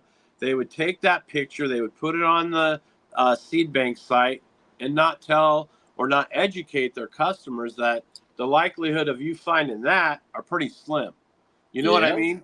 And and there is that line breeding consistency that, of course, that plays out. That is always going to bring consistency, but at the end of the day, the phenotypic variety is usually always there, and it's nice of them to show, hey, if you pop these beans, you may get one of these different type or phenotypes that'll come out of your seed pack. And so that was something about them that I thought was really impressive. And I'm also really into anime and Japanese culture, so I'm kind of curious to hear. And like with my guests, I don't like to go listen to a bunch of their interviews and stuff because I don't want it to taint my own curiosity, Right. So and having Neptune by my side as a co-pilot for these Nugs Deep is good because he has insight to these breeders because he's been working with them for a long time. And so when I'm Yeah. asking these questions, he can help kind of bring things to the table. So I'm really happy to do the collab. And Neptune and I go back a long ways too. We did a 2018 fundraiser here in Portland for a kid who had cancer. And Neptune came all the way up from LA, and so did Brad came all the way up from LA.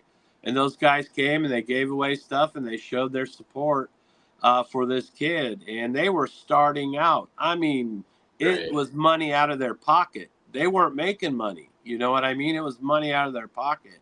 And they showed up for this kid. And so I'm always going to hold that deep in my heart for those guys. And I mean, those are the type of people I want to do business with. You know what I mean? Yeah, absolutely. You gotta, the DGC says it all the times. I'm sure other people do too, but vote with your dollars. Yeah. That's, when you get into a position to maybe be able to spend a couple extra dollars on the local batch of eggs versus, the national batch of eggs or seeds, as we're talking about, t-shirts, any way you can support. There's a lot of different ways to support people you enjoy. Yeah. And we And that- always say, know your farmer. Yeah. Yeah. If you don't know, you should always know your farmer. One of the things that gets me, sometimes my wife will say, well, it's like, you got to buy local. I mean, local's the best. I'm like, but what if your local guy's a pesticide spraying jerkface? Yeah, You need to know. You need to know your gardener. Right. Yeah, know your farmer. And if you're hooking your cannabis up on the local scene, know your farmer. Yeah, and that's, again, with these events, gathering, that's the kind of the cool thing about getting to experience some of the local craft flower, because, you're not finding a lot of this stuff in stores, but there's a lot of good craft people. Oregon, I still give my hats off. You grow better weed in Washington does, but I'm sure that's not news to you. Yeah, you think our commercial weed's good. You should see our local hookups. The homie hookups. I hope to. Yeah, the homie hookups, man, that's where it's at. We got that's the beautiful thing about homegrown cannabis. Is you can get the best, highest quality homie hookup anywhere in the nation if you got the right homie. Yeah, and I love John Grow Space Killer. Big ups to see you here. He's actually in the latest issue of Skunk Magazine with his 818 headband, which he's won some awards. Oh, for. wow. But Nice. Want to shout out to him. But yeah, the new Skunk Magazine issue is out. I'm going to actually go and read that one when I'm done here. But he says, right on, vote with your wallet and navigate accordingly to good people. And that's, again, too, being out here and kind of talking on some platforms helps us expose people to that. That's awesome that you get to interview someone who you're kind of fresh to. I really enjoy those because I'm a curious person, and it's we all share a common interest. There's 300 of us here right now because we have a passion for the plant. We have a passion for just hanging out with each other, playing around, having jokes, having good times. Just kicking it. So I don't know where I was going with that because my heart just got like full of love. Nice. It's one of those weird moments. You're like, this is just so great, man. Like, everybody's cool. Yeah, I'll Cheers smoke to to that. that. We'll smoke to that. We'll give away some more beans here in a second to that. But I did write down a couple of things as we were talking. And actually, let me go back up here. I starred some awesome comments that we have here. Little eBud, thank you for reminding me. Yes, the next drawing will be for US and Canada because Uncle Rick from the Let's Be Bud show, we were talking last week, and he says, hey, if you happen to get a Canadian winner, I'll hook them up. And I said, well, cool. If you get a USA winner on your show, I'll hook them up. So Nice. That was a way around the border issue. So yeah, next drawing for beans will be Canada and US. So thanks for reminding me, little eBud there. And Andy was saying too, but you want heterozygosity, which means a variety within the seed pack for home grow, so you can find that special one. And yeah, that's usually, commercial people need something consistent and homozygous because you want a level canopy across the entire room. You can't change lights or change feed schedules. We're home growers though. So having a little bit of that variety is kind of what we're almost after. And you were mentioning, the person who was putting up the different phenos and the different pictures. I think that should almost be expected from I do too. anybody. I think if you're going to put up a seeds. picture at all, you know what I mean? If you're going to put up media at all, you should at least represent what's going to be out there. I always thought that was kind of a misrepresentation of folks and kind of a disingenuous way to sell your seed packs. It is, and two, just like with the glamour shot, just that one freaking awesome bud shot. Like, you grew that plant out for more than one day that you took that picture.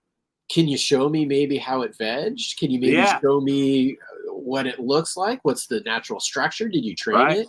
All of these things. If a person did grow their plant out, there you go. You're done. Yeah. So I almost would want people to expect that from anybody they're buying seeds from. It's like, can you show me pictures? Can you tell me a little bit about it? And I know it's hard for some of these guys because, I mean, the resources to get photography for representations and stuff.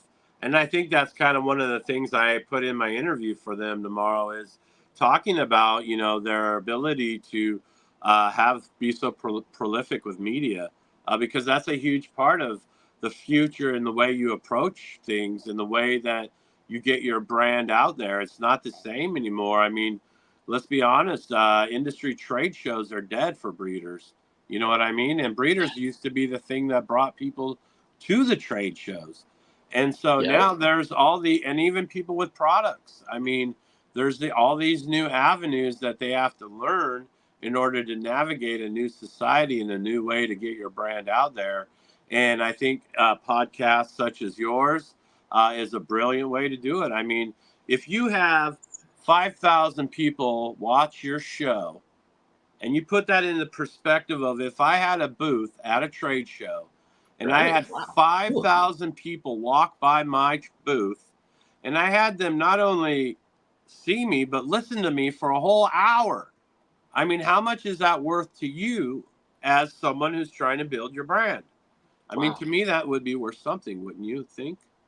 It absolutely would. I mean, I've never thought about it like that, but you're basically painting the point of why trade shows are kind of dead for breeders. Like, I get it. It's so true. And whether it's the cannabis industry or the music industry or skate industry, I've been involved with trade shows like almost my entire freaking life. So I know the ups and downs and, standing there for 12 hours a day answering stupid questions for people that have no interest, but you got a free t-shirt and they want it. So, saying the same thing over and over. Yeah, it's not easy. It's not easy. Big ups, we got Mr. Scotty Real in the house joining us. And he's got a specific question for you. He's jumped to the front of the line. Scotty Real. What's up, buddy? And he's saying, JR, how big of a pheno hunt did it take to find that Junior Paloma or JR Paloma cut? 3. Boom. Sign of a good breeder, man. Listen to this. I am terrible at cracking seeds. I cracked 3 of them, killed 2 of them, and the only one that survived was that Paloma. That's a miracle. And there may be some people out there like, that's not a pheno hunt. How can you? No. Here's my answer to that, because I've done the same thing. It was a 3-plant pheno hunt. It most certainly was. Yeah. Here's the thing. You've been smoking for a long time. You've had a lot of high-end cannabis. Yeah. When that plant crosses your taste buds, you can tell. You may not have grown 1,000 of them, but you smoked 10,000 different things. So when that one hits you, you're like, frick, it's special. That's awesome. I've had that happen, and yeah, you just know it. So the thing that sticks out for my selection is when it tastes exactly like it smells.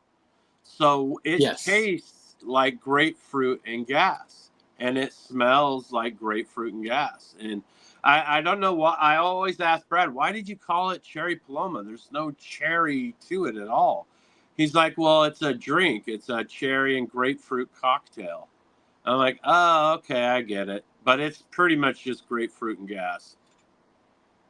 Okay. Which is a desirable thing. The naming's gotten a little bit hard in this environment. Oh, you can imagine. Just not stepping on each other's toes. Yeah, because we all think we're original, and there's a lot of times I do have a little strain list that I keep as potentials, but it's like, you know, the kid, you can't name it until it comes out. But 99% of them I Google and I do a little searching, and I'm like, damn. It's like backing up all those .coms that you think might be something someday. Hightimes.app. Anybody wants to buy it, just let me know, because I parked that shit as soon as it became available. I also bought Leafly. I also bought weedmaps.app, Leafly.app. Those two, the lawyers won on that. That went quick. But I still own hightimes.app because fuck those people. Not High Times specifically. I'm just talking about corporations in general who are trying to milk home growers for money. I'm like, why not fucking milk them? Right. So, sure. Yeah. It's not worked out, but hey, the thought was there.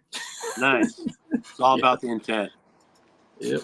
Tracks just across the Cherry Paloma with Purple Gorilla, the original cut. Right on. That's the other cool thing I'm starting to see is a lot of the breeding projects. And of course, everyone kicks me down beans, and I'm holding on to those for my own aspirations of breeding. I'm looking to make a move out to west, even more west than the Willamette Valley. And so if I get my little place set up, I'm going to definitely start doing some breeding projects. And I want to definitely have all those Paloma genetics that people have been gifting me back with their process, with the crosses that they've done. I want to start using those as a Paloma line amongst some of the other stuff I'd like to start putting out. That's freaking awesome. And I'm glad you're open to it too. That's something that has recently interested me because of the different, so Nakatomi Plaza, I put out not a few months ago, but the December before that, I put that one out. Chud as well came out, I think the middle of last year. But I'm starting to see crosses with it, and people have been generous to send me back. You know, Cav Snake Oil is one of them, and he's been awesome getting beans out to a ton of people. Monkey Dew's another person. Bonsai Garden Guy is another person. Universal Elemental Genetics. There's a lot of people who have started to work with stuff, and they send me the beans back, and I'm like, that's awesome. I wonder what would happen if I just, like you said, just do a whole room of these different crosses, because I still have the parents. So like if there's anything I see that I want to like try to back cross, I could do that, or I could take it in a different direction. If there's something like, ooh, this definitely wasn't in my plant, this came from the other plant, and try to work them those way.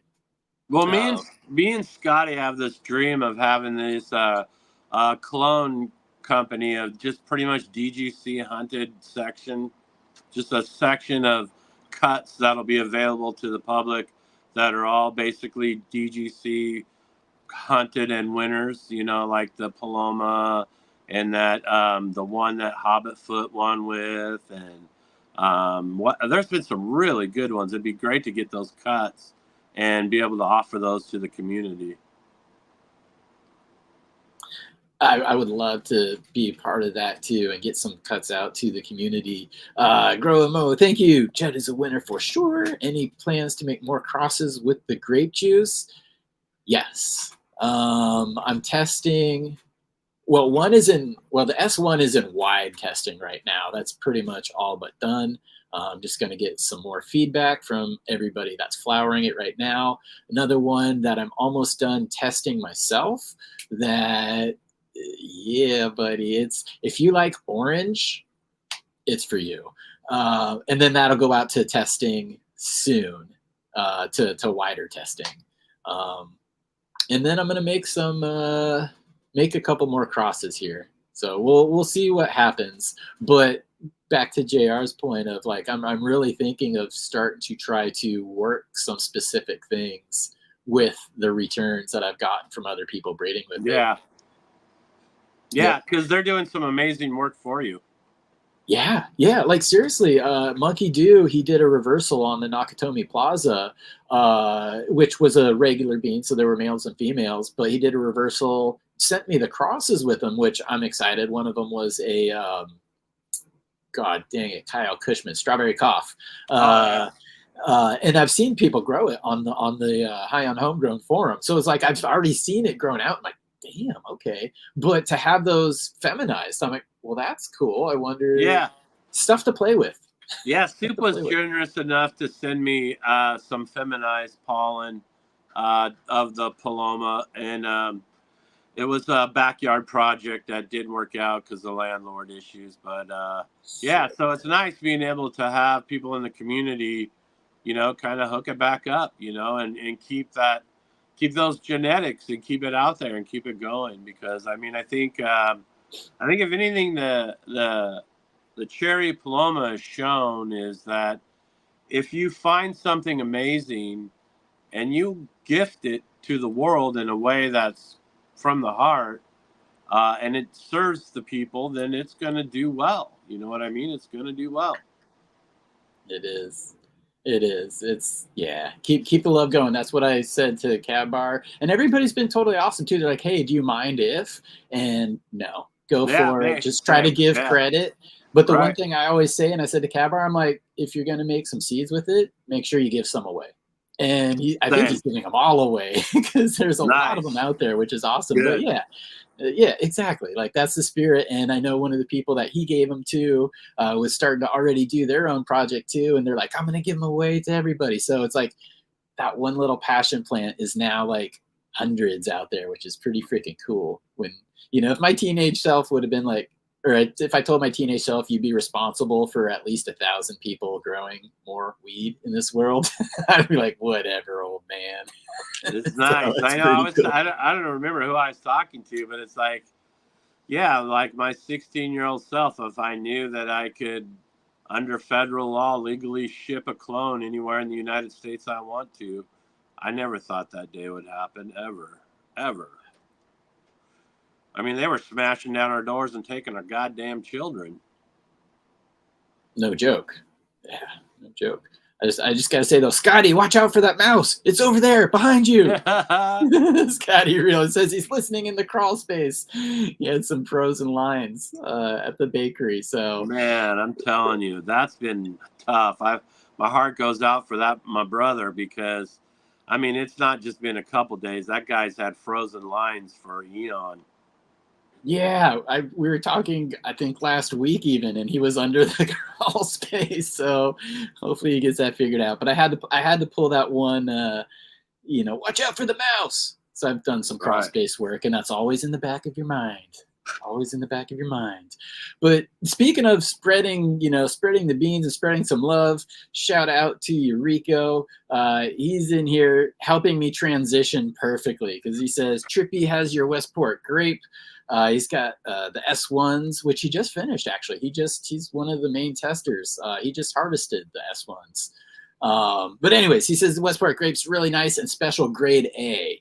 And I pull up that comment because that's the freaking raddest transition in the world. Thank you, Rico, to the next giveaway. US grade A Sunbish seeds. Nice. So these are freaking awesome and invaluable little loops to have in the garden. Oh, hey, there you go. Yeah, bunch of different magnifications. And it also has little lights on here. You can't see them. Oh, there we go. Little lights, regular like white light, but it also has a black light for looking at things like insect poop. Again, black lights and insect poop, that little, poop, they're sugars. Also, PM shows up green under a black light. But with that, we're also doing the US grade A Sunbitch seeds. These are more of the purple meds, which has been a fun strain. If anybody is familiar with Mr. Magpie, he just recently completed a grow out of this, posted some awesome pictures of that. Again, that's why things get out there, so people can share some pictures of the plants. So I'm gonna pick a word. What's a good word for the giveaway this time, JR? What should we do? Growers love. Oh, God, what a freaking perfect answer. Growers love. All right, and sharing the love. This one is open to everybody in Canada and the US, because Uncle Rick, thanks little E-Bud again for reminding me. But the giveaway tool says growers love. So yeah, pretty much North America. Can't really ship to Mexico, but go ahead and type that in, and we will give away these Sunbitch seeds and loot packs. So we'll do that. We're at an hour and 50 minutes, which means we're pretty much getting ready to wrap it up. We skipped the garden tour. I'm sorry about that. We've just been having such a fun conversation, man. Yeah, we talked about some good shit. Good shit. Yeah, I hope you didn't do anything special or get the garden ready. If you absolutely want to show it, I will definitely hang out. But I don't want to also occupy too much of your time on a Saturday. We'll do the garden tour now. I just took down the flower room, and the veg room is asses to elbows right now.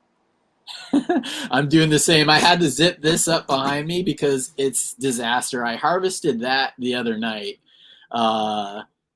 I still have pots laying in there, leaves laying in there, trellis nets hanging off on one side. Yep. I've got all of this, like these have just been sitting out on the floor for a few days catching extra light, so those need to go in. I got a little bit of work to do after this.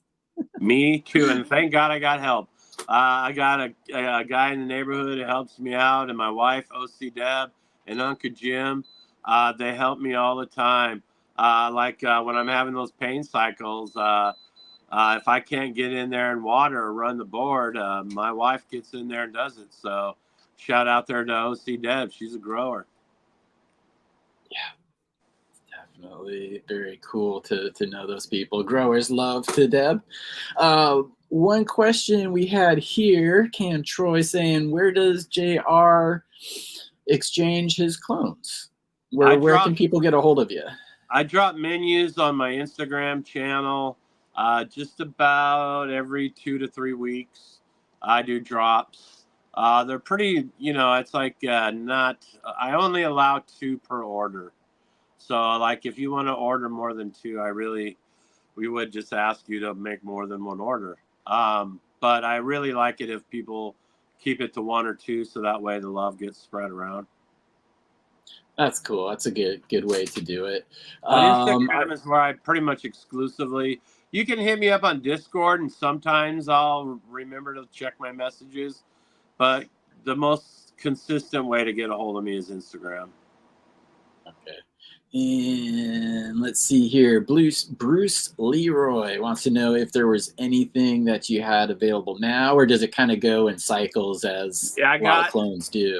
Yeah, so because I have those 6 or 7 varieties that I'm working with, I'm cycling through them at different times. And so right now, coming up in about 4 days, I'm going to have the blue slushies, which is the blue cookies, burner cut, that Brad, I think, crossed with his Burner cut. Sorry. Right. Sorry.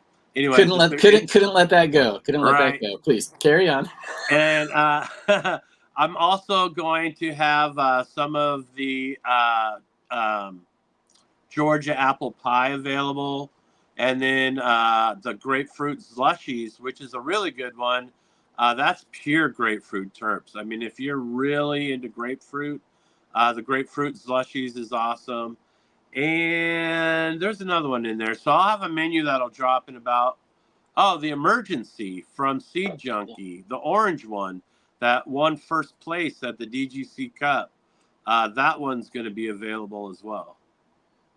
Wow. All right. Well, we're going to have to meet up sooner than later along the coast and just sample each other's flavors, because I would love to sit down and have a sesh with you and try some of these things. Well, they got some great places in Astoria that we could hook up at, have some lunch, and burn down. Hell yeah, dude! I was there just a few weeks ago. Usually we're there often. Let's do it. I love that place. Goonies never say die. That's right. That's right. Hell yeah. Right on. Okay, let's give away. I'll give you guys 30 more seconds to enter Growers Love here for that grade A Son of a Bitch seeds and loops. And again, you can just get a hold of me on Instagram to claim those. And I have a pack of seeds I'll also give away as well. Hit me up on that one. Get out of here. Thank you, and JR. to the first guy, if you're still listening and I didn't say to the first one, that goes for them too. Hit me up. Instagram. Oh. When I mail out the next round of clones, I'll make sure you get a seed pack. So nice of you. Thank you. Spreading the love, brother. One of them will be the Cannabuzz project that we did with Tiki Madman, where he did a project with his Devil Driver and his Pablo's Revenge that he's calling Pablo's Reserve. And so I have a pack of those I'll throw into one of the winners. Dude, there's some extra fire freaking going on the show today. I almost want to put my name in chat, but no. Yeah, same here. Right? Same here. We'll get an exchange going on here, but let's see. We are at 203 now. That's a good number. Could be 206. Seattle? No. Okay. Draw. All right. Good luck, everybody. Hopefully we'll see your name popping up. Thank you guys for playing and participating. Green Plant Face. Right on. Nice. Green Plant Face. Congratulations. It's writing this one down. I like that name. Me too. It's nonsensical. Right. I too have had a green plant face. Green out. Wow. Yeah. You had grade A. Just writing this down. I always feel like the teacher in a chalkboard. It takes you so much longer to write it than say it. Plus. All right. Cool, man. Hit me up. And again, whether you're in Canada or the U.S. on that one, it doesn't matter. Thanks to Uncle Rick and Let's Be Buds for helping us with the Canadian market there. All right. So I'll stop sharing that. Where we've kind of already touched on them, but in case people are just hopping in at the last minute or they may have missed it, what are the best places to follow you out there? Instagram is where I do a lot of my activity. Highly shadow banned. So it's J.R._token TOKIN. Sometimes when you type it all the way in, I still don't show up.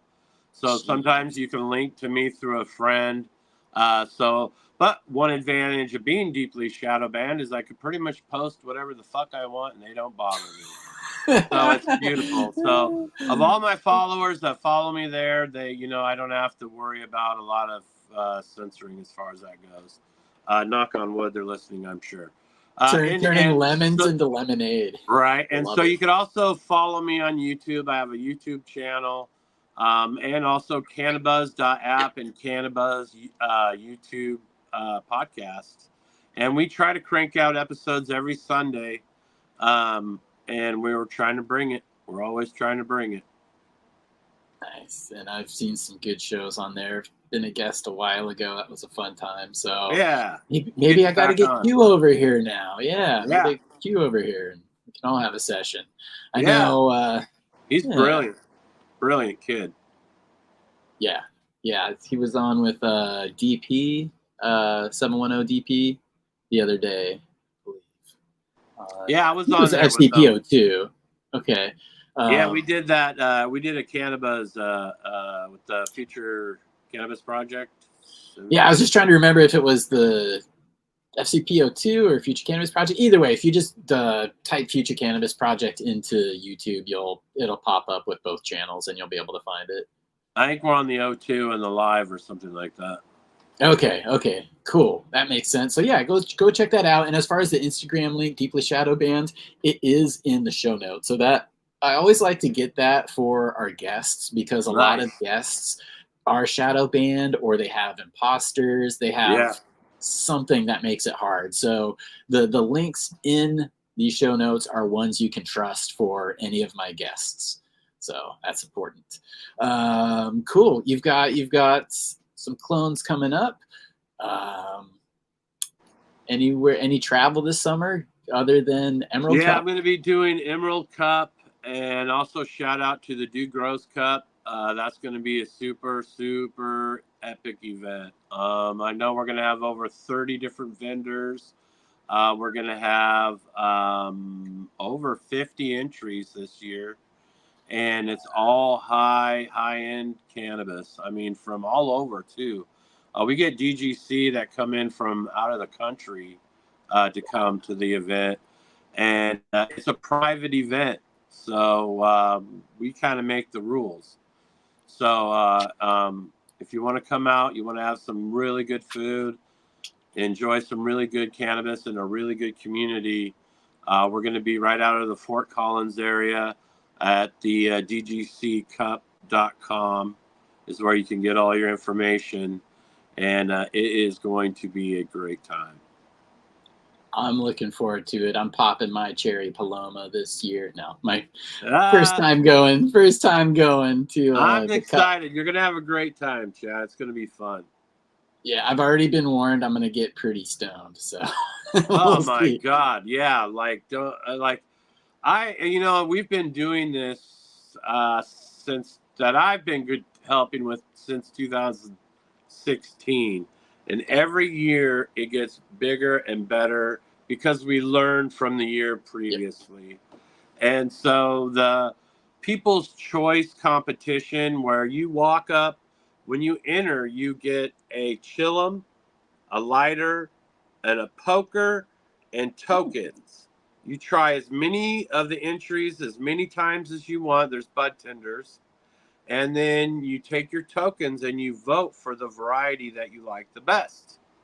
And at the end of the night, the variety that has the most tokens is the one that wins.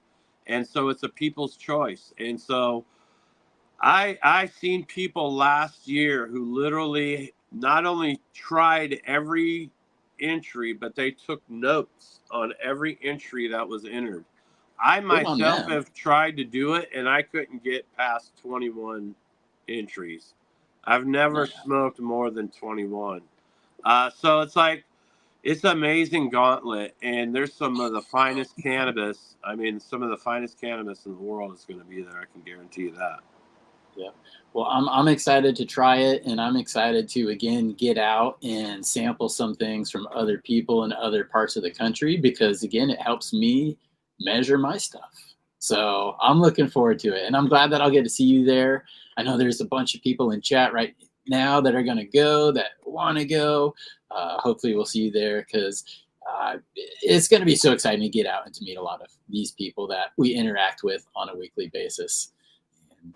Yeah, there's going to be some fun folks there. And Sacred 3 Mushrooms, they'll have a booth there, and they always make sure people have a good time. So come hang out. Cool. You guys heard it here. Come and hang out, DGC Cup. But JR, thanks for coming and hanging out today and spending your afternoon just bullshit, man. This was fun and went really fast. I know, it goes fast, huh? Sam has got us into an hour format because he's a new daddy now. And so it's like, man, to try to get stuff packed into an hour stuff because I'm long-winded. Me too. I enjoy it. I think we both did very well today. I don't think either of us went on continuous. God, that was good, man. I like that. We'll end with that. Everybody in chat, thanks for hanging out. I appreciate you guys. Definitely stay tuned to the channel for more. Go check out Cannabuzz right now. Get some more videos on and enjoy your afternoon. Thanks for hanging out with us, guys. Really appreciate it. Growers Party love. on. Growers love. Westport.